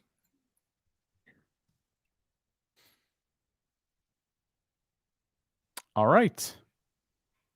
So we have a creator who says they've been around for about 5 years. Last video was about 3 months ago. It's about the best budget video editing laptop. This one is about Horse Mania 2022 public art. This one was about buying a cheap red camera or cinema camera. This is about a particular place in Pittsburgh. So normally we do video reviews today, right? But sometimes when someone has a question that kind of goes beyond the video review, I like to just kind of focus on that. And then that's one of these cases here, guys. I think to me, it's very obvious what's going wrong on this channel. I think we all see it. I want to go to popular videos just to see, because they do have 1,000 subscribers. There were a few things you did that took off for you. And after 5 years, I imagine anyone would have some videos like this, right? That just kind of, you tried some stuff and it kind of worked for you. At the end of the day, what we would tell you is channel focus. And I know it's frustrating to hear if you watch enough of our live streams and you've seen us say that 100 times, and we're also saying it about you, but I can't get past it. Viper, what are your thoughts? I have a little bit of a different take. Okay. It's something that I've said before, but I'll repeat it for the creator or anybody else that's watching in the live stream. When you do a vlog channel, you just can't do a vlog channel, especially when you are a new creator. Having a successful vlog channel requires that Viper, the viewer, cares about you, the creator. When you are just starting out on YouTube, you have not gained that trust from Viper, the viewer, for me to care about you, the creator.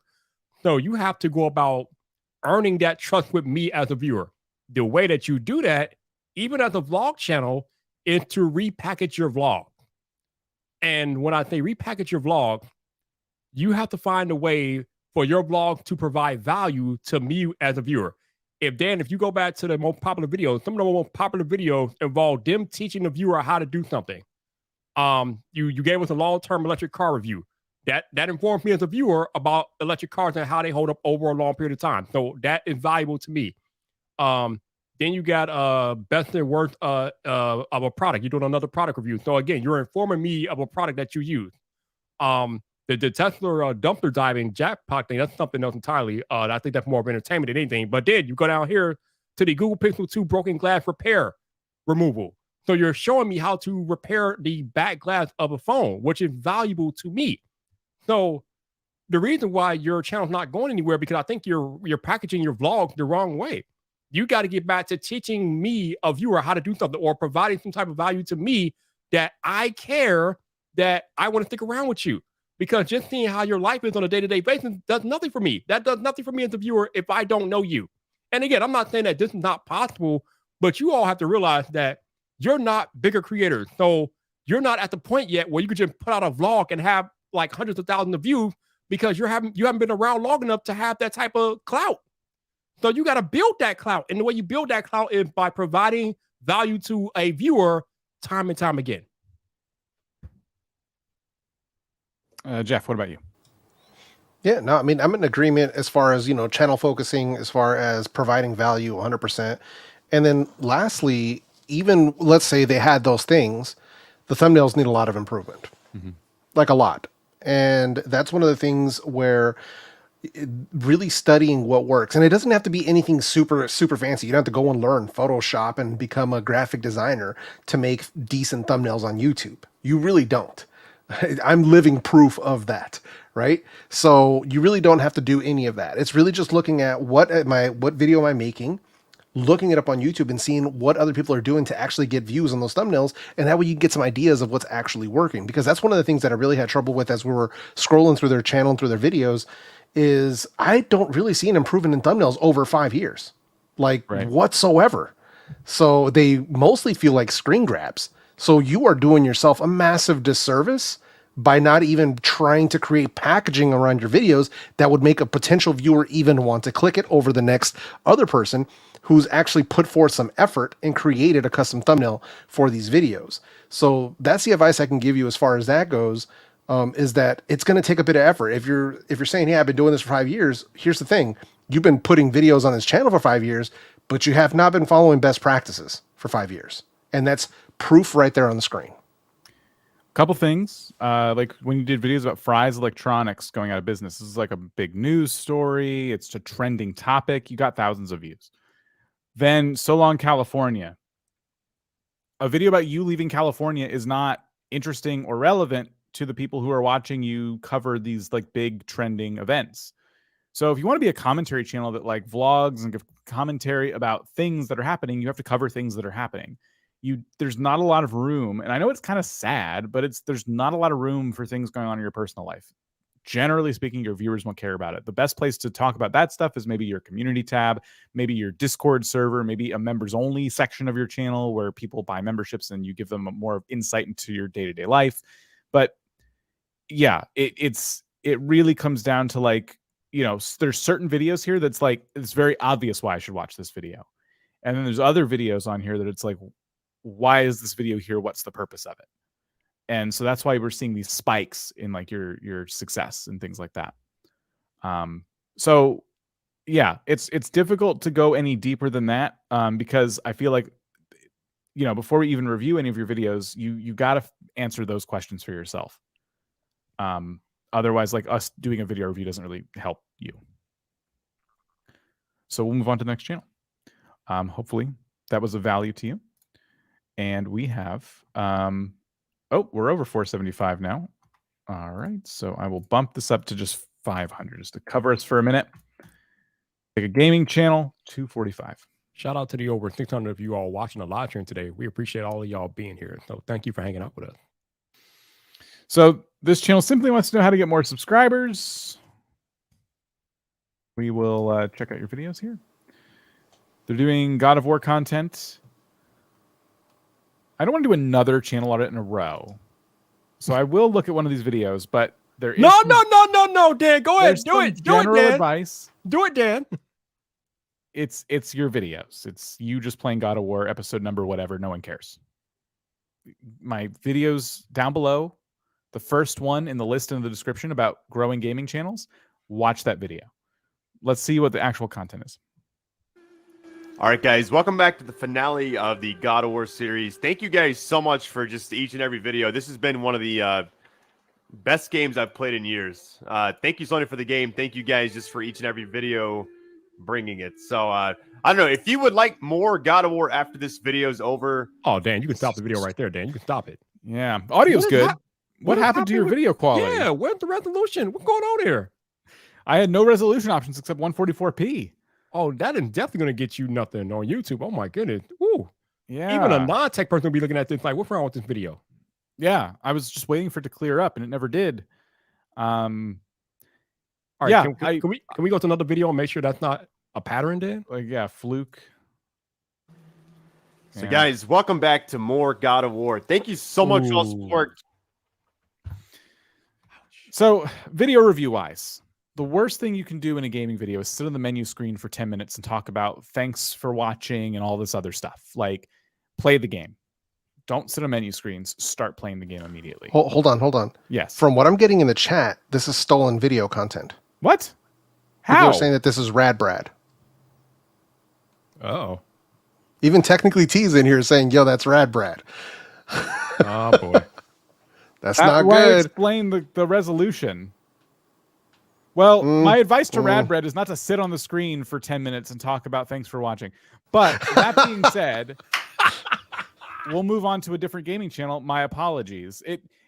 Forgive me. It was so amateur that I never would have imagined someone would bother stealing it. Sorry, Radbrad. I'm sure your content's is going a very long way now. Lord, Dan. What? It was. I'm sorry. Woo! I'm sure today it's much better. Everyone has to start somewhere. Yeah, but don't do this. Just let this serve as a lesson for anybody. If you're going to be so lazy as to steal someone else's videos and try to create your own channel around it, you're doing it wrong. I'm gonna attribute this to maybe age and laziness, but don't do that. Like don't do that. So yeah. Thank you, chat, for helping us out there. I'll pick another channel, hopefully one that doesn't steal content. 412.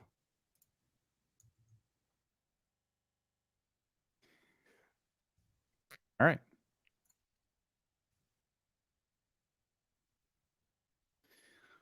So it is Pedigreedmoth. This one looks familiar. I feel like we maybe audited this channel in the past. We've definitely watched some of their content in the past. Let's take a look at their latest video. Woo! Hello everyone, Pedigreedmoth, and today we're going to start playing The Forest. I'm not going to waste too much time. Let's begin. Woo!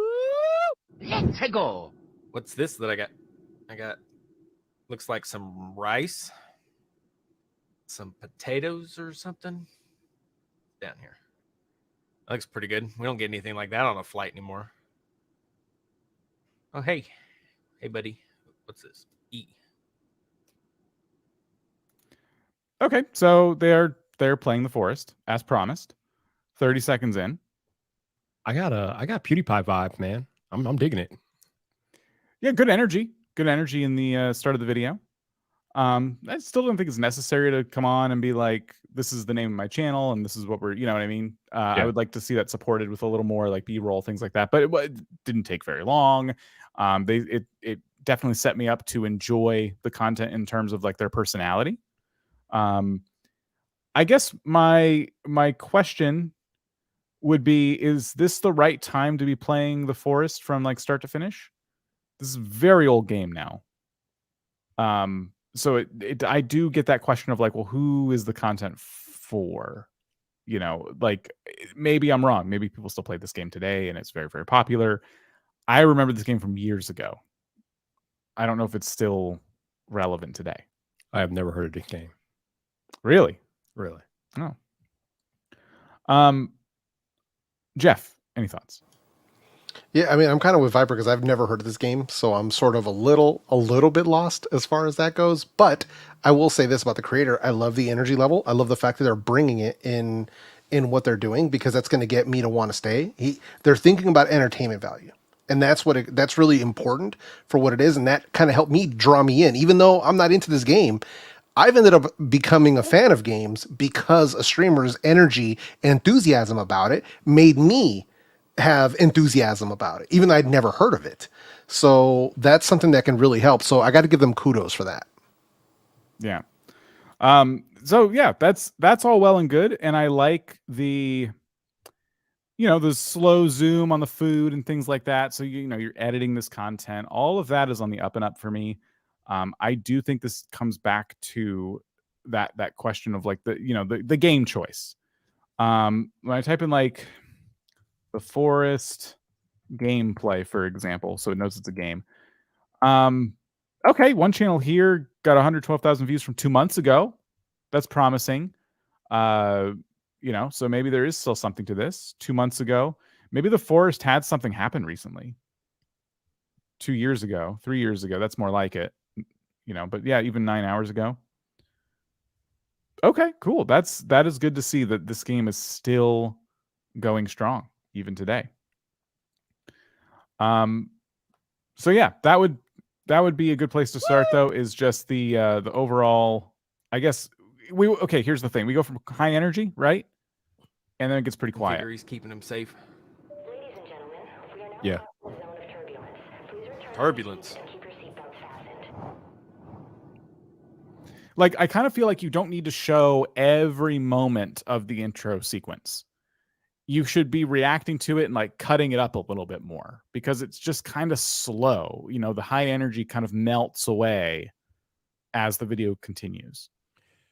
Yeah, I agree. But if he's doing a Let's Play, then I mean that might be a little bit more difficult if he's just doing a straight through Let's Play. But yeah, I agree with you. Yeah, these days Let's Plays, especially if you got a face cam and things like that, that helps like display your energy on screen. Let's Plays today do a really, really good job of editing their content down so that it's just high energy, fast paced the entire time. You don't have to see every single detail. They focus on just like the best of the best stuff.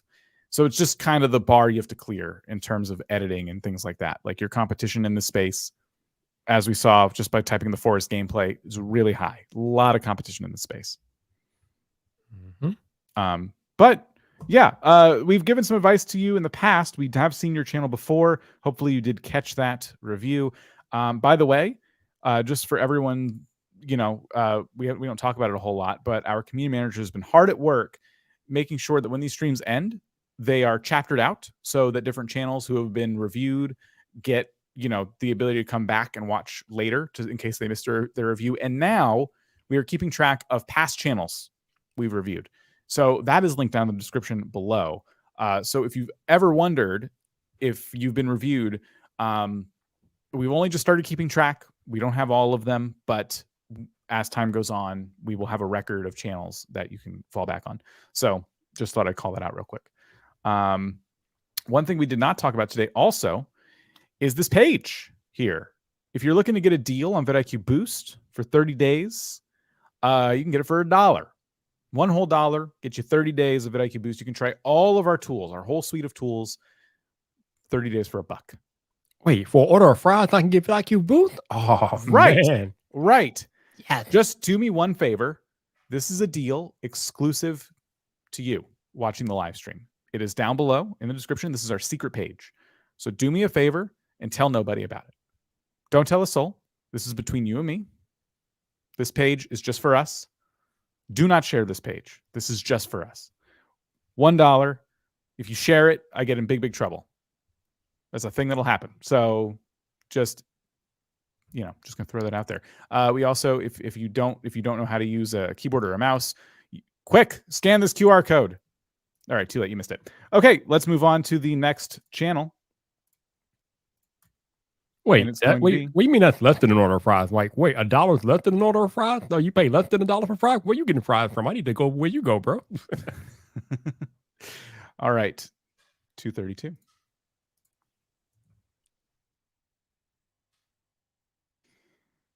All right, 4K Walkz.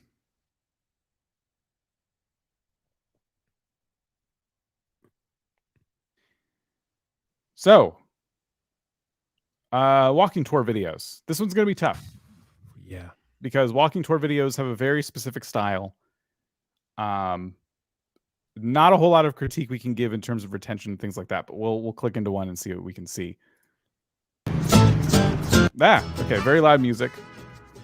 I'm gonna mute that just in case. It says at the bottom in today's video. It's kind of tucked down there behind the play bar. So just keep that in mind. It might be easy to miss that. Definitely 4K footage. At least on my screen's looking really sharp.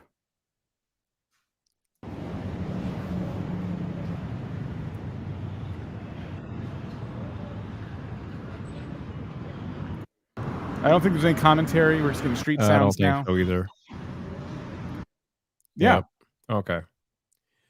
You know, there is a lot of walking video content on YouTube. And I respect it because I don't travel a lot myself. So when I look at these walking videos and they're showing me the different scenery of the different places where they're traveling, I can respect that. The problem is there are, like I just said, there are a bunch of walking videos and there are a bunch of creators making walking videos on YouTube. So the question then becomes, why should I watch your walking video out of all the other ones that exist on YouTube? And when you're just walking around there with no commentary, no editing, no nothing, I mean, this is me nitpicking, but it's kind of dry. And I just need some more excitement. I need some more oomph to the walking video, man. Whether that be with you providing some commentary or you like throwing in some B-roll in between some of the walking clips, like just spice it up a little bit so it's not just the one static image of you constantly walking from place to place, man. I just need like a little bit more spice, personality, a little bit more editing in these walking videos because a lot of them are just like the one we just watched. So I don't know. Yeah, there's this is kind of like the hallmark of the walking tour video, right? It's just kind of supposed to be aesthetic, but there's one difference between these walking tour videos and the ones we just saw, and that's the length.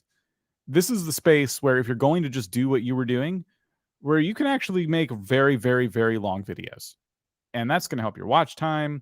And I think it's more along the lines of what people would expect of a walking tour video. But more importantly, too, is your thumbnails are not up to the same level that the thumbnails of these other walking tour videos are. Look at the views on this stuff. It's madness. And the resolution of the thumbnails is really, really, really high quality.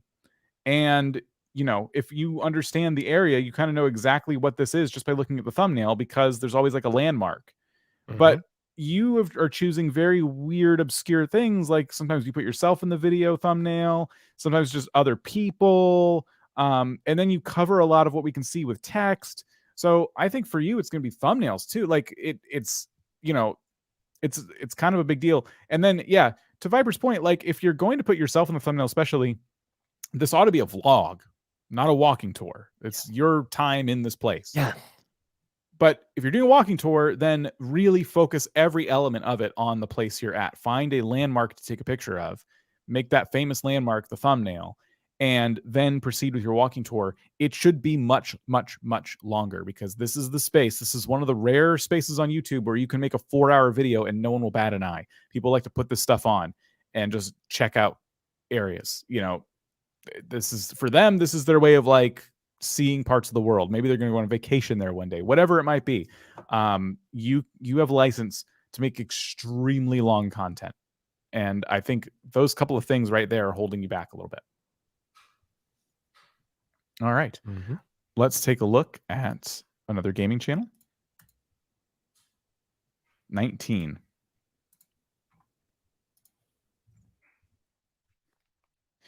All right, FrozenCookizz, they do Let's Plays. How can I make intros better and outros? All right. Better intros, better outros. I don't know what some of these games are. I know what Temtem is. I think your first part is making better thumbnails. Yeah, we need some better thumbnails for sure. Double laser, let's do this. Oh, this is so cool. Oh, it just brings destruction to everything. So they got right into the content. We didn't get the whole like, welcome back to FrozenCookizz. We're episode 12, blah, blah, blah, blah, blah. They didn't do any of that. But I'm not getting the excitement of the double laser.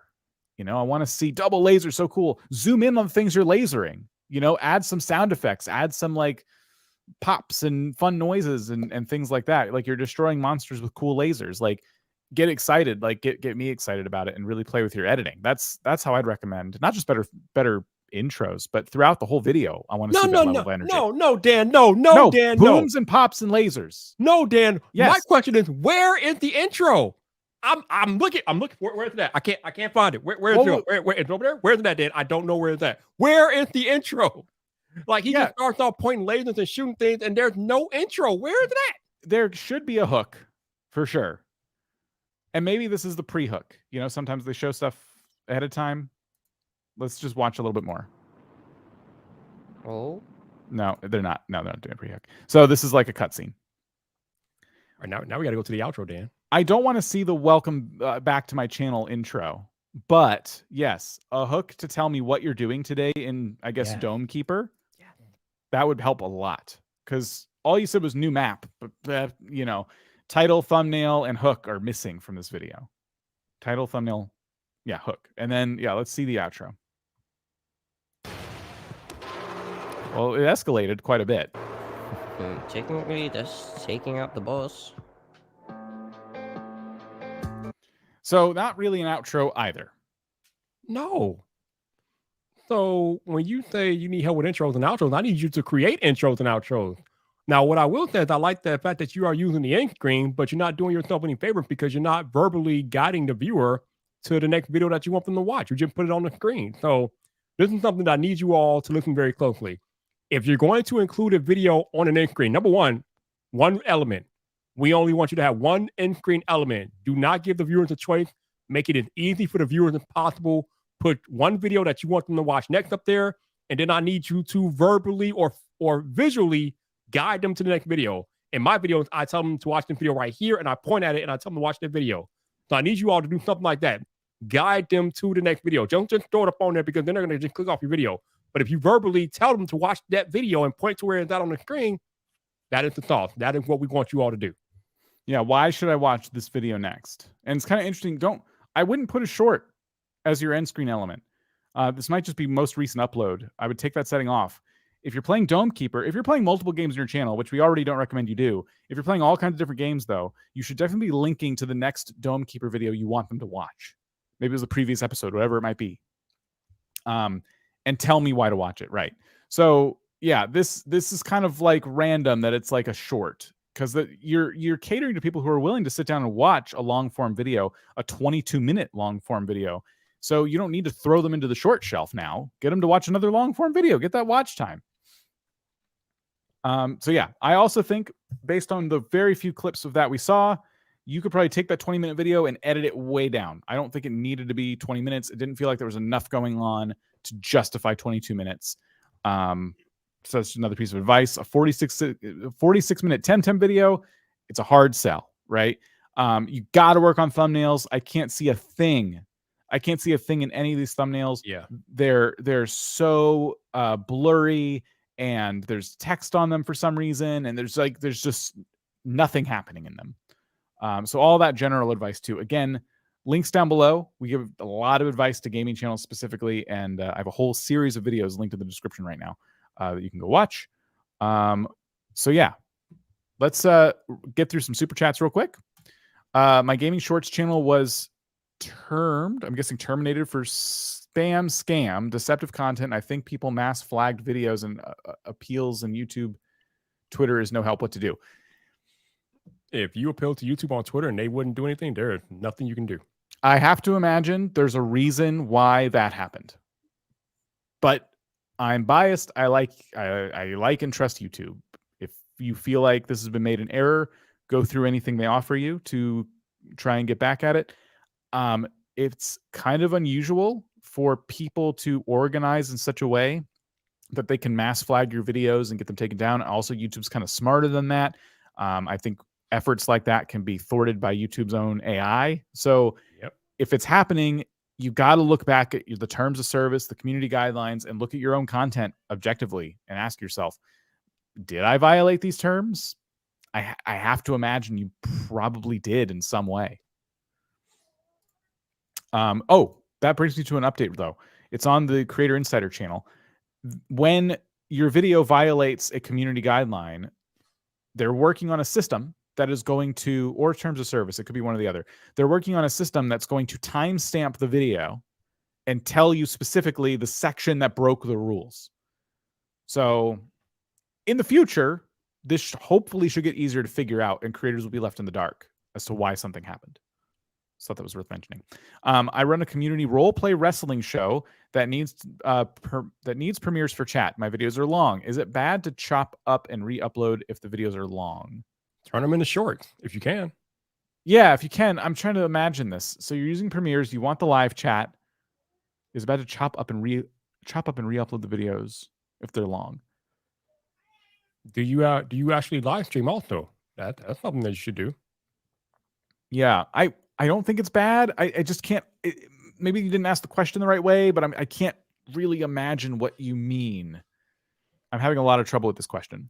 Yeah, but if your question is repurposing content, then I would definitely consider repurposing short form if you can do that.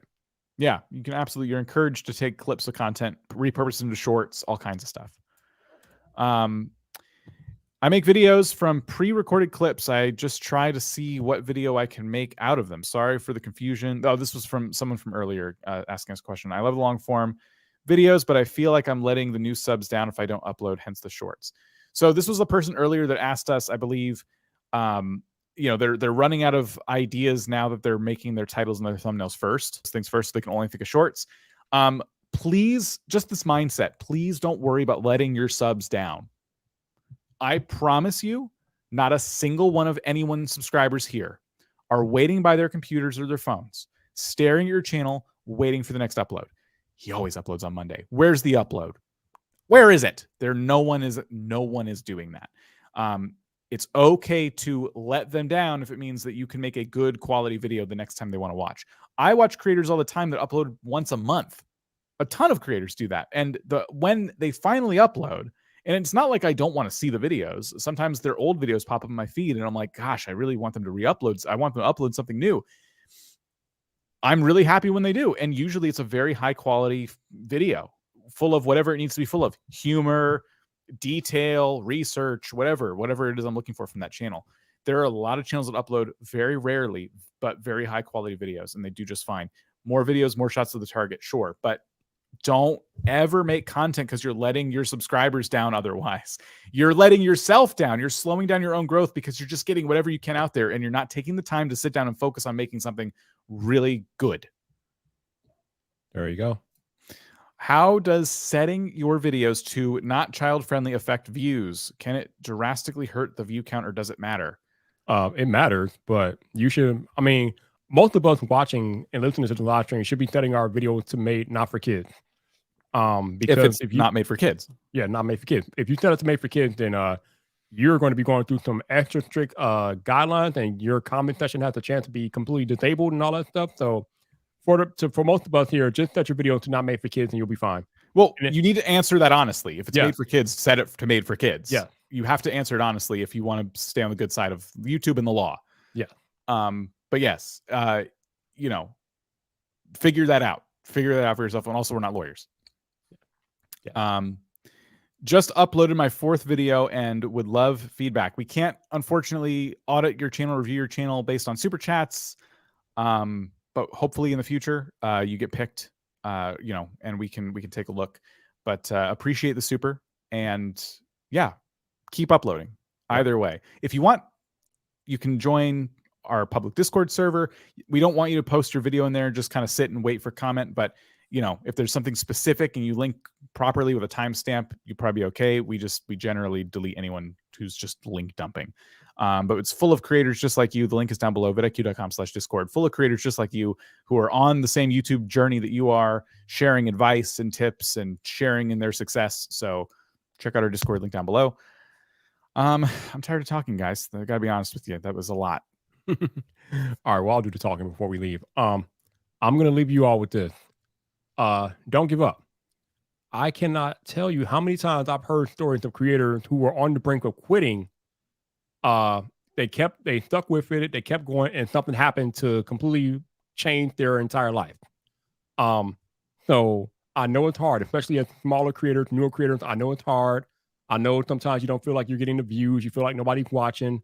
But as I told you guys on a podcast episode I did last year, it literally only takes one view to change your entire life. So don't give up. Keep doing the thing. Keep grinding. Keep putting your content out there, and just stick with it. Just stick with it, y'all. Sorry if I missed any supers. I see one here from Colin Edits. Got over 500K in the second channel, which congrats. What do? Keep uploading to your second channel. Sounds like you have another channel that's doing a really good job. So keep it up. When do we get a full cat reveal, Dan? No, never. Don't encourage this. Don't encourage this behavior. I don't have to encourage her. She's here doing his thing over there. This is not, no. That's another thing before we leave real quick, you all. If you all have any video ideas that you would like to see vidIQ make a video about, can you put them in the chat real quick before we leave? We're just brainstorming for the next batch of videos. So if you guys have anything that we haven't made a video on recently, or if you want to see us make like an updated video about something that we did maybe a year or so ago, put it in the chat. Let us know what you want us to see make videos about, and maybe we'll make a video about it in the future. You never know. Yes. All right, everybody. Thank you so much. We'll see you next time, and be safe.